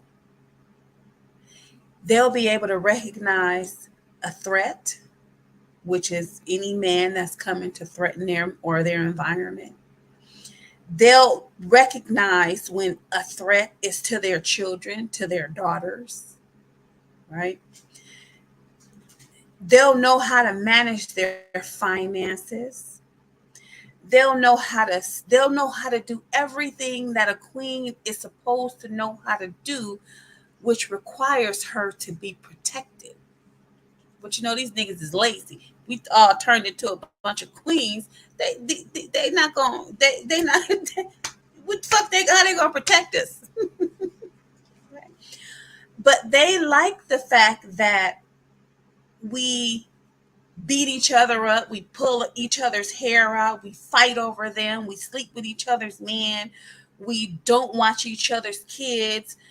They like the ruckus that happens between black women, because it validates them saying, "Whoa, I don't know that bitch. Look at how she acting. I'm supposed to protect that. I'm supposed to protect somebody acting like that." It gives them a reason not to do their fucking jobs.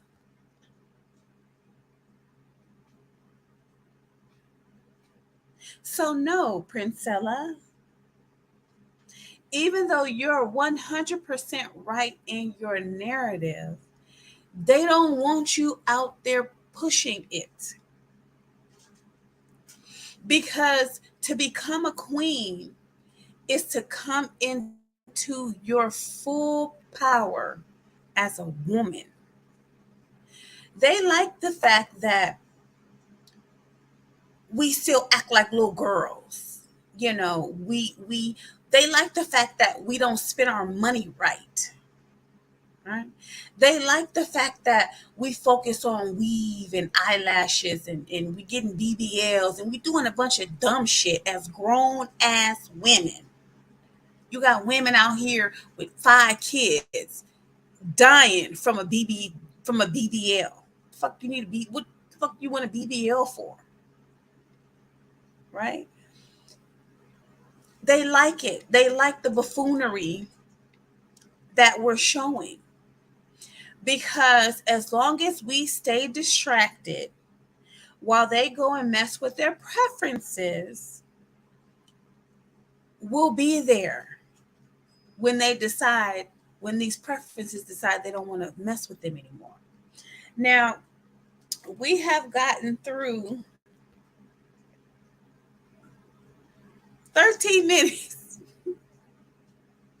We've gotten to 13 minutes of this damn thing, and I've been on here for 2 hours, 20 minutes. I see what Princella be talking about. This shit take a long time. Okay, here we go. Okay. So you asked, since a lot of people like to go into male spaces, first of all, why would I be going into a male space? I don't just go to male spaces, which is the truth. Okay. Why did I end up going there and how did I get there? Why is because the demand increased and then I took on that demand and I requested. So that's the whole truth. Right. Now, the problem that I have with the so-called manosphere is y'all like to tell half truths. Right. And I don't play with half truths. Right. So if you ask me, I'm going to tell you the whole truth and nothing but the truth. Now, if you have a problem with that, I understand because you want to flip a narrative, but I'm not going to let you flip no narratives on me. I'm going to tell you the whole truth. Thank you. Is that a problem? Do you yield the floor? I want to make sure that I'm respecting. Yes. Fantastic. So, number one, fantastic. And I will play this clip because I found it to be a comical clip that you made. People were insulting you, calling you a male. And you flip that in a very clever way. You're an intelligent person, and that's something we can all acknowledge. One thing you're not is a good listener, because you just spoke about the manosphere, and I already stated that I'm not a part of the manosphere. You have manosphere mentality, though. So it's the same thing. Right. Yes. Yes. This is quite common. I bet you'd be an expert on this because you're a person, a female, presumably, who's been hyper attentive to what's going on in the manosphere for no explainable reason. All I could see is that it's about money and clout. And so that's bullshit. Now I call bullshit. Oh, you're in the manosphere for an unexplicable reason. No. We are hyper vigilant in the Black manosphere because there are Black women and children that are losing their lives because of this Black manosphere narratives. This is why we are hyper vigilant when it comes to the Black manosphere, because we may not have a crazy man, or we may not have a man that's listening to these men in the manosphere and their narratives, but it's men around us that's listening to them. So we have to stay involved and stay listening and stay watching so that we know when shit is hitting the fan. Like if back to back every day we hearing of Black women dying and being thrown in the garbage and in the river, and their kids being raped and killed, then it's time to cock the, put one in the chamber. Okay? It's time to put one in the chamber. So he can cut that shit right there. No explicable reason. Okay. What I asked you earlier, is there some other reason that you're putting yourself onto these platforms? Well, to get a message out. You know why? Because a lot of women are actually on the butt end of these podcasts. And so it's about being a person to stand up and be an example for women to follow. I don't mind going in any space I have to get a message out, right? So go ahead and play what you got to play, brother. Okay, we have Billionaire said, I can already tell that even if you destroy her in this debate, her fans won't get it through their thick head. He just castled. He castled.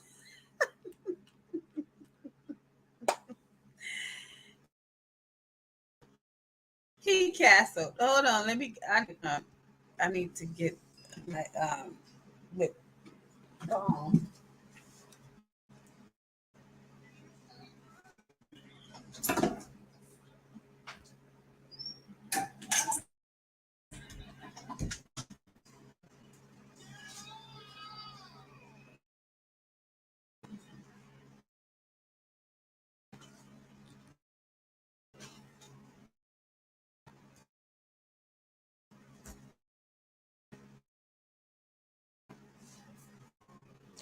he he castled. He's sensitive.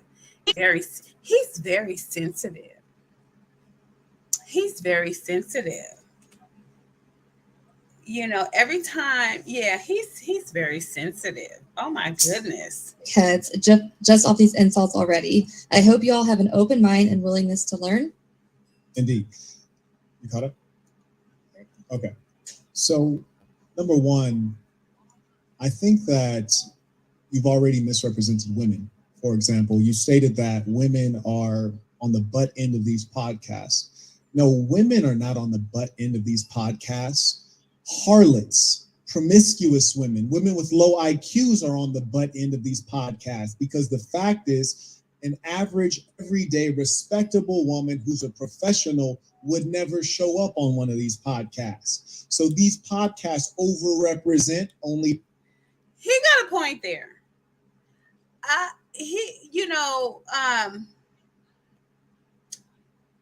He has a point, right? Like I said, I keep it 100 on my show. He has a point.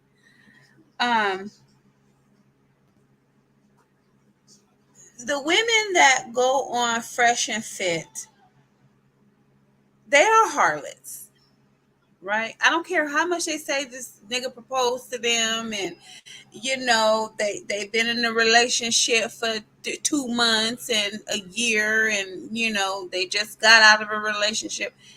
It doesn't matter what comes out of their lying mouths. They're harlots. Their Instagram thoughts, they're on OnlyFans, they're strippers without a cause, without a plan, right? Yeah, they're harlots. So when they go on Fresh and Fit, they aren't going on Fresh and Fit like Princella goes on Fresh and Fit. She has an actual narrative. She has an actual goal. Those women that go on Fresh and Fit, they're looking to increase their trick load, right?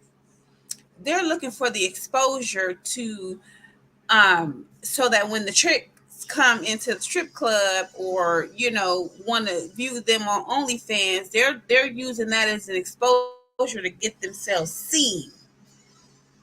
So yeah, I will have to agree with him 100% that the harlots are the ones that end up the butt end of these podcasts. However, our issue is that those women aren't the ones that are being ended and thrown in the garbage can. Those women aren't the ones that are being shot and their babies thrown in the fucking river. Those women aren't the ones whose daughters are being molested and raped by the boyfriend and then murdered. This is the problem that we have. These men in the Black manosphere are killing the women that are being responsible, that are doing what they're supposed to do, that are not thoughts, that are not Instagram models, that are not OnlyFans content creators. This is the problem that we have. Y'all killing the responsible ones, the ones y'all in a relationship with. But the bitches out there that got their legs open on OnlyFans and in the strip club and all on Instagram, y'all showing more respect for them. So it used to be the prostitute was the one who got found dead in the alley. Now it's the mother of 6, the mother of 2, the pregnant woman. They're the ones being found dead in the alley, who ain't got nothing to do with Instagram, TikTok, OnlyFans, YouTube.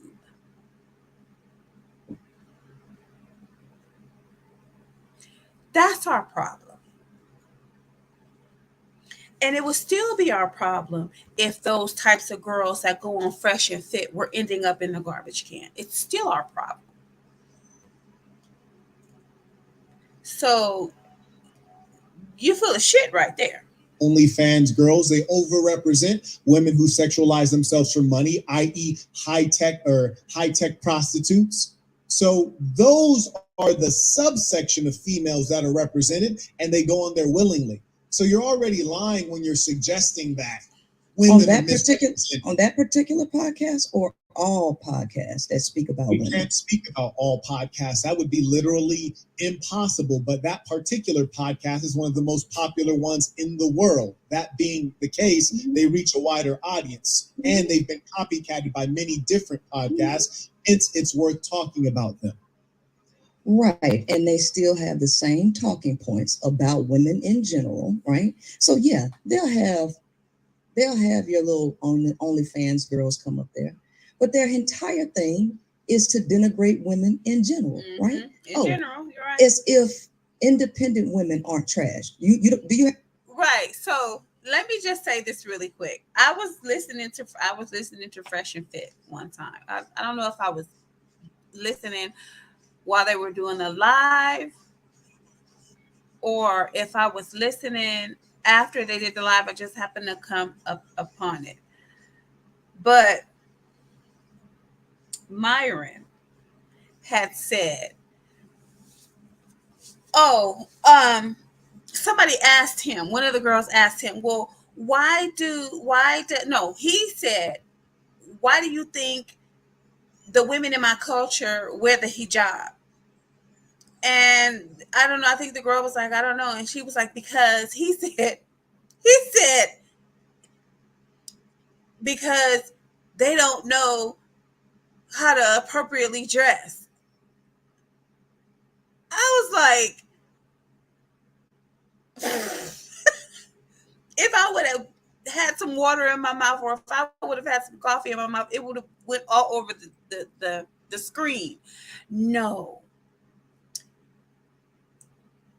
You can't put all that on women.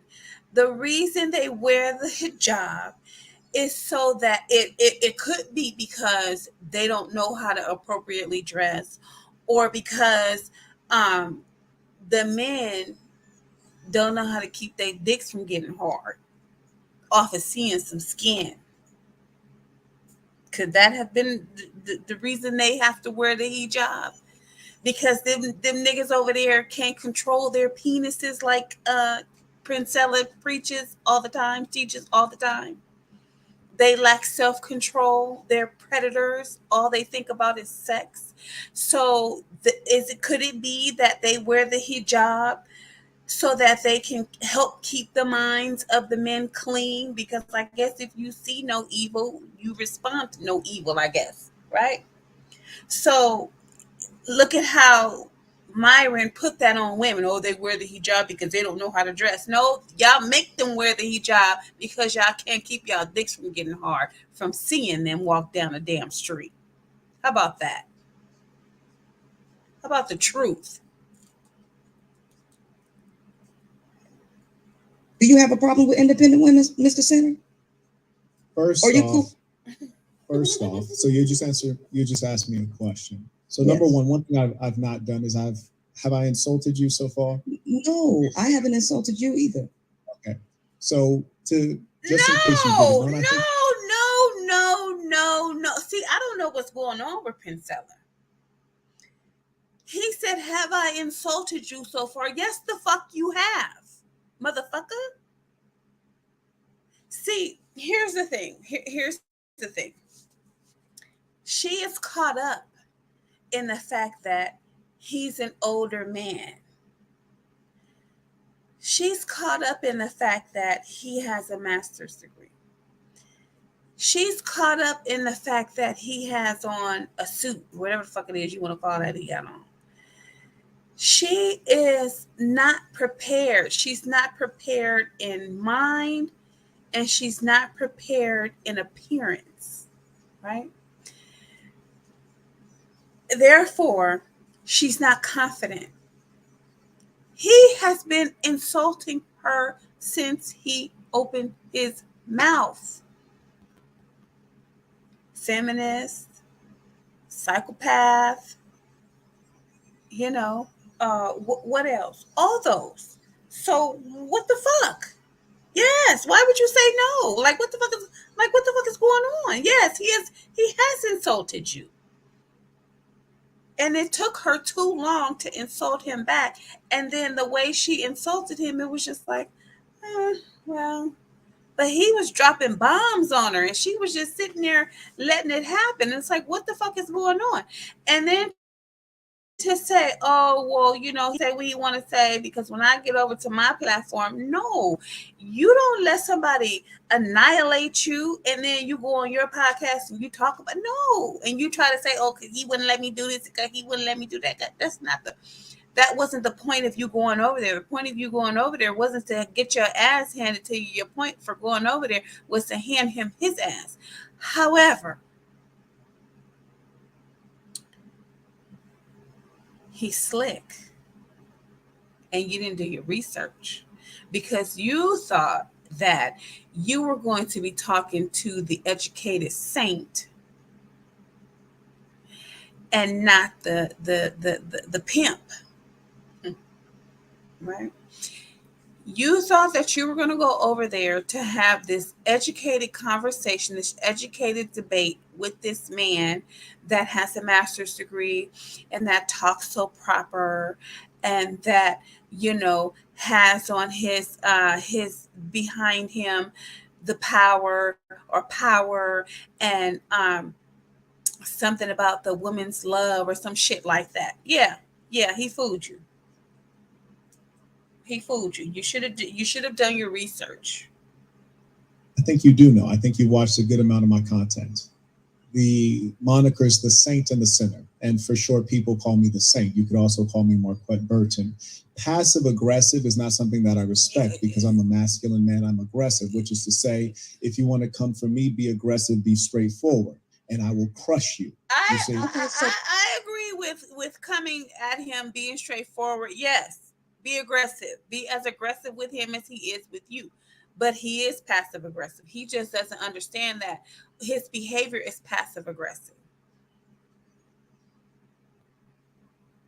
So are we gonna have a legitimate conversation or are we gonna go back and forth with this kid stuff? You're carrying on with the interruptions. You'll notice when you're speaking, I'm not interrupting you, I'm listening to you. And this is why you have to learn from me. The male is the natural leader. You're behaving as a child does, which is a pity that you would even have a child while behaving like a child. No, I'm asking you, are we going to have... Now, let me tell you who she sound like right here. She sounds like, what's that bitch name? I have to call her a bitch, but what's her name? Melanie King.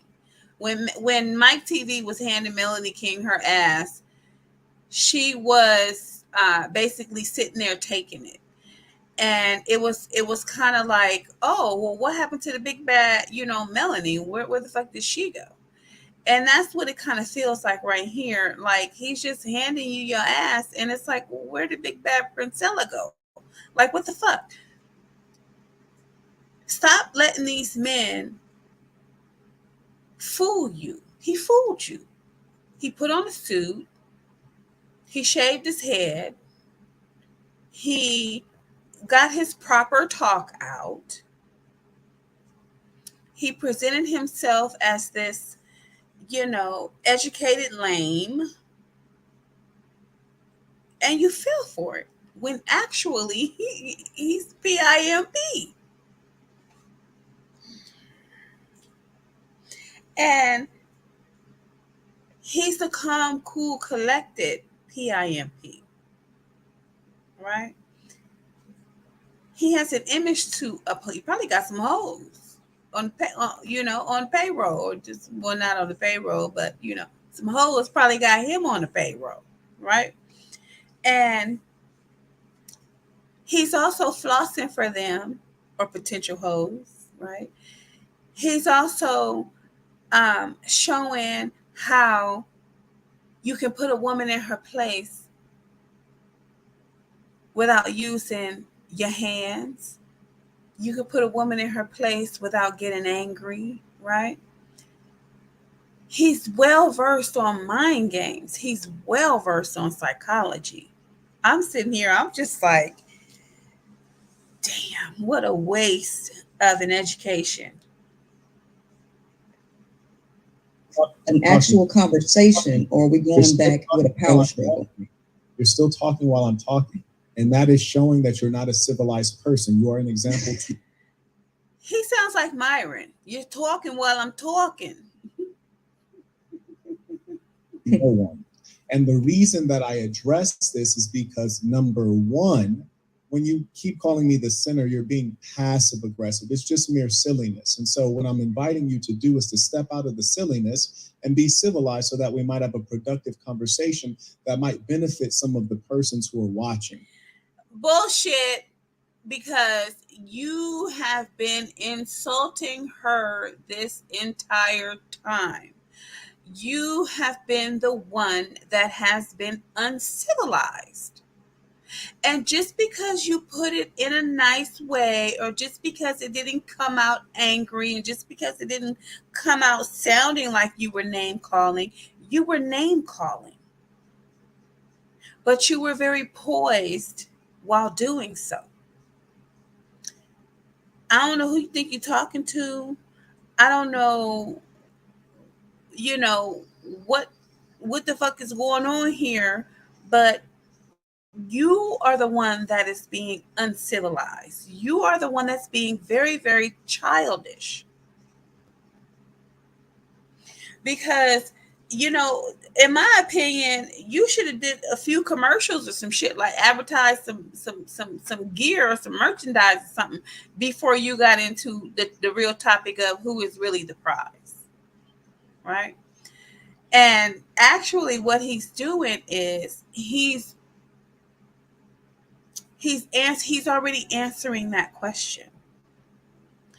By the way he's carrying himself and what he's doing right now, he's already answering the question. He's trying to say men are the prize because look at how women act. And would a prize, something to be valued, act like this? She keeps interrupting me.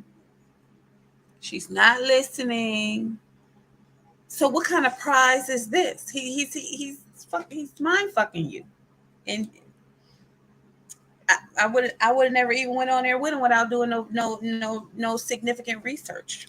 Does that make sense to you? Well, you said that I don't listen, but you don't either, because I just said, does that make sense to you? No. But I just said I've never watched your show. I told you that people reached out to you so now that we you're could lying. talk. No, Now I'm not. Oh, so now I'm a liar. How can you say? No, she's telling the truth. She hasn't watched your show. I'm going to tell you, because this is the result of cockiness. And I'm just keeping it 100, you know. We all have to grow. We all still learning. We all have to grow. And the only way we're going to do that is if, we're presented with the truth, right? If you don't already know the truth and you aren't already self-evaluating, and then, people on the outside looking at you can tell that you aren't self-evaluating, then if we love you, we're going to help you self-evaluate. And the fact of the matter is, Mr. Saint and Sinner, she did not watch anything about you. She knows nothing about you. She was, depending on her knowledge and her cockiness to where she just felt like she could debate anybody, on this topic of men and women. But little did she know that that wasn't the real topic. It was a farce.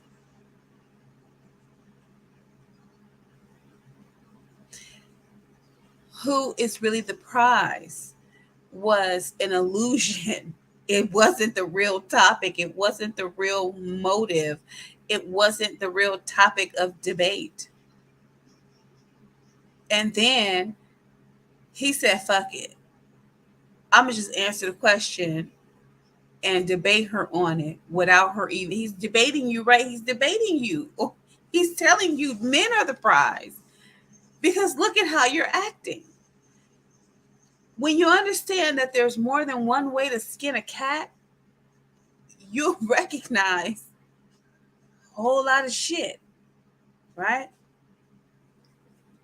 Princella, you only thought that there's just one way to debate a topic. No, there's more than one way to skin a cat. And I'm telling you right now, when you go back and listen to this debate that you guys are actually having, you would understand that he is debating the topic with you.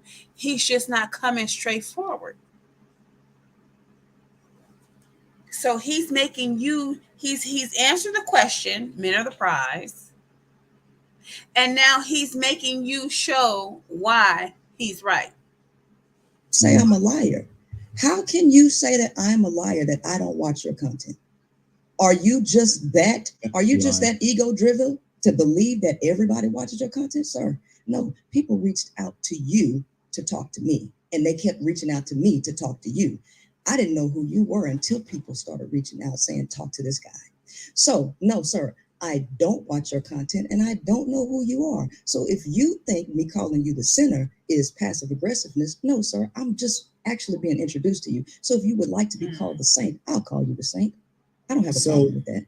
You're already exposing yourself for being petty. And I want you to know that as an adult, there's nothing wrong with admitting where you're wrong. For example, using basic logic, which I know that you lack clearly.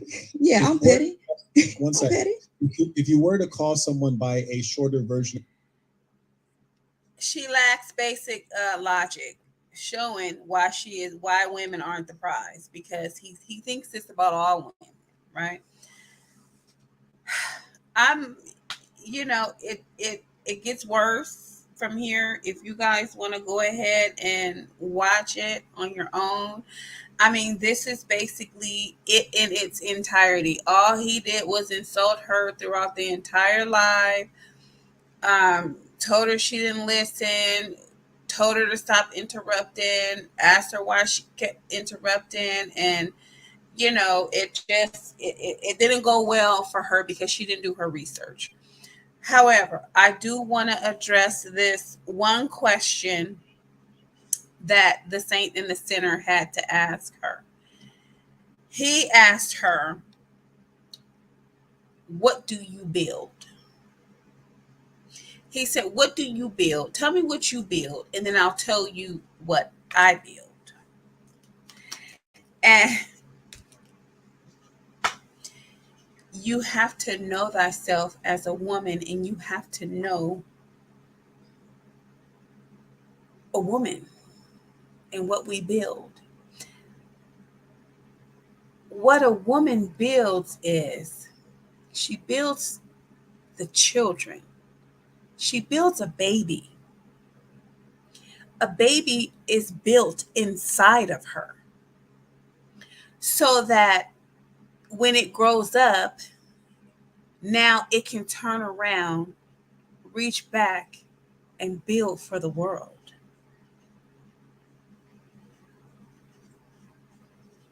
So next time a black man asks you, black woman, what you build, because a white man ain't going to ask you that because he already knows. He already knows the value of his woman. That's why he goes to war for her. Right? He already knows the value of his woman. So though ain't no white man going to be asking you that. But when these black men come on here and ask you, what have you built? Tell them I built a fucking baby. How about that? Can you do that? Oh, can you build a building? No, motherfucker. But can you build a baby? I can build a building. If I went to school for it, somebody showed me how to do it. Yes, I can do it. Anything you can do, I can be taught to do. We got bodybuilding women. We got construction women. We got women that's driving trucks. We got women that's delivering product. we got women that are doing everything a man can do. But what the fuck can a woman do that a man will never be able to do? Build a fucking baby. Okay? Okay.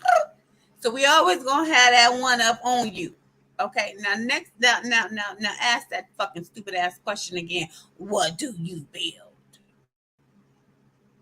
Somebody built your ass. How about that?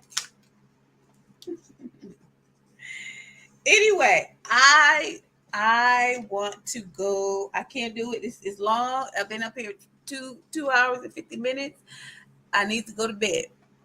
So what I want to do is, do you guys see that pyramid behind his head?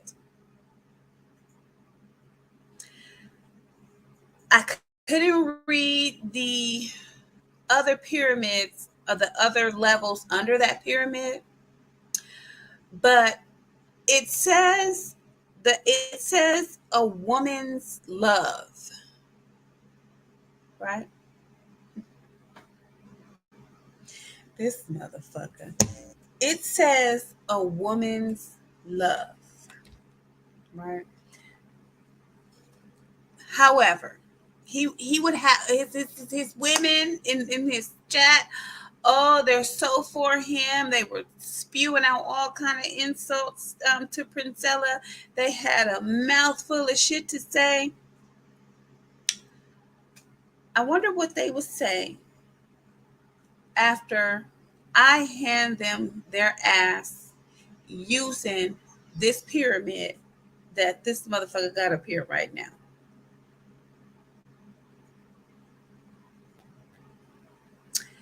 As a matter of fact, I'm gonna end the live here, and I'm gonna start another one because I want this to be fresh. I want them to be able to see this this in a standalone aspect. I don't want them to have to go through 2 hours and 52 minutes of this and then get into this inverted pyramid that he has behind his head. So I'm gonna end this live and I will be back.